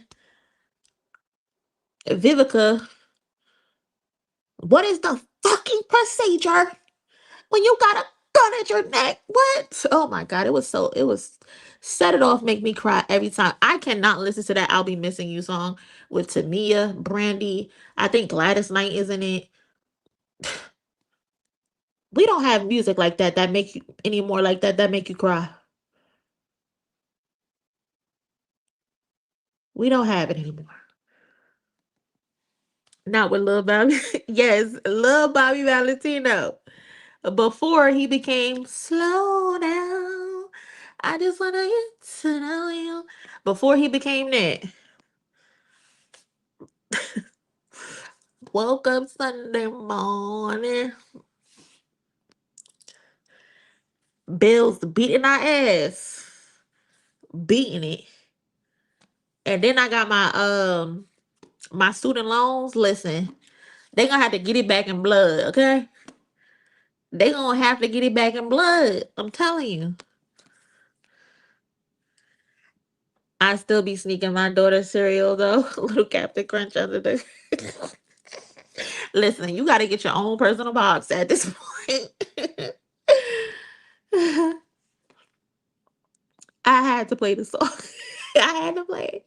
At least we got each other to reminisce with. Exactly, right? Group hug. A group hug. Yeah, I forgot Bally Valentino was in Blackberry Molasses Group. Yep, he sure enough was the lead singer. And he was singing with so much soul. So much soul. Moni, are you still gonna do a live reaction to the next episode of Jeremy Hex passing the crown? Yes, I totally forgot. Yes, I haven't watched it. But I'll go. What am I doing tomorrow? I'm not doing nothing tomorrow. I'll go live tomorrow and we can watch it. Um if y'all want, we can start from the beginning and watch it together and talk about it. We can start from the beginning and watch it. I'm not doing nothing tomorrow. I don't believe, yeah. I hope he doesn't. Yeah, I think that'll be cool. We can watch it tomorrow as a family. Candy said, no, Mama. Oh, I still don't even know all of what happened with them. I just heard he cheated. Shake my head. Thought they were in it for the long haul. Too freaked out. I feel like when you invite other people into your marriage because y'all both freaked out, there's nothing good that can come from that eventually. Because it just doesn't make for a good marriage. If you want to be fucking on other people and you need to bring other people in your marriage, just be single. Just be single at that point. Oh, eight.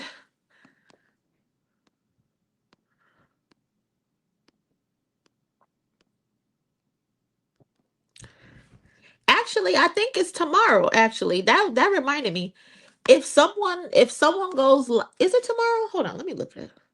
I think it is tomorrow. Hold on.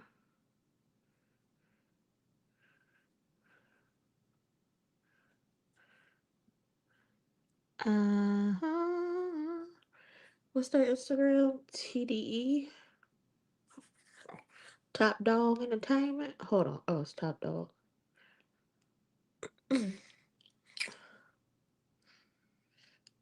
They won December 18th concert. Gates open at 10. Yeah, so tomorrow is the TDE Christmas party.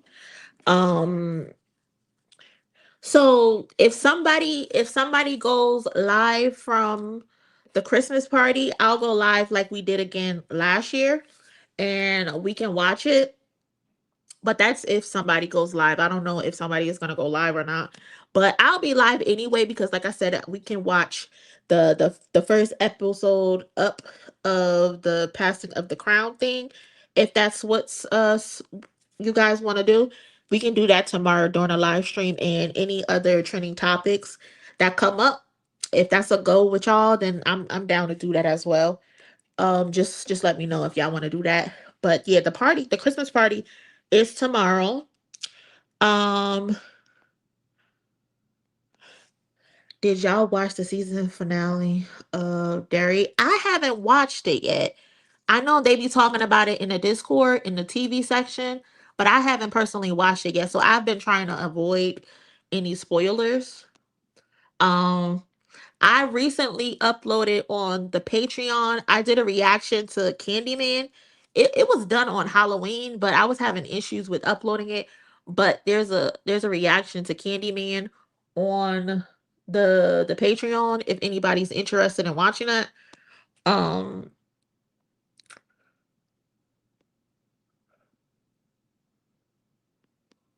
Uh, well, good night. Good night, Latrice. I'll see you in the next stream, cousin.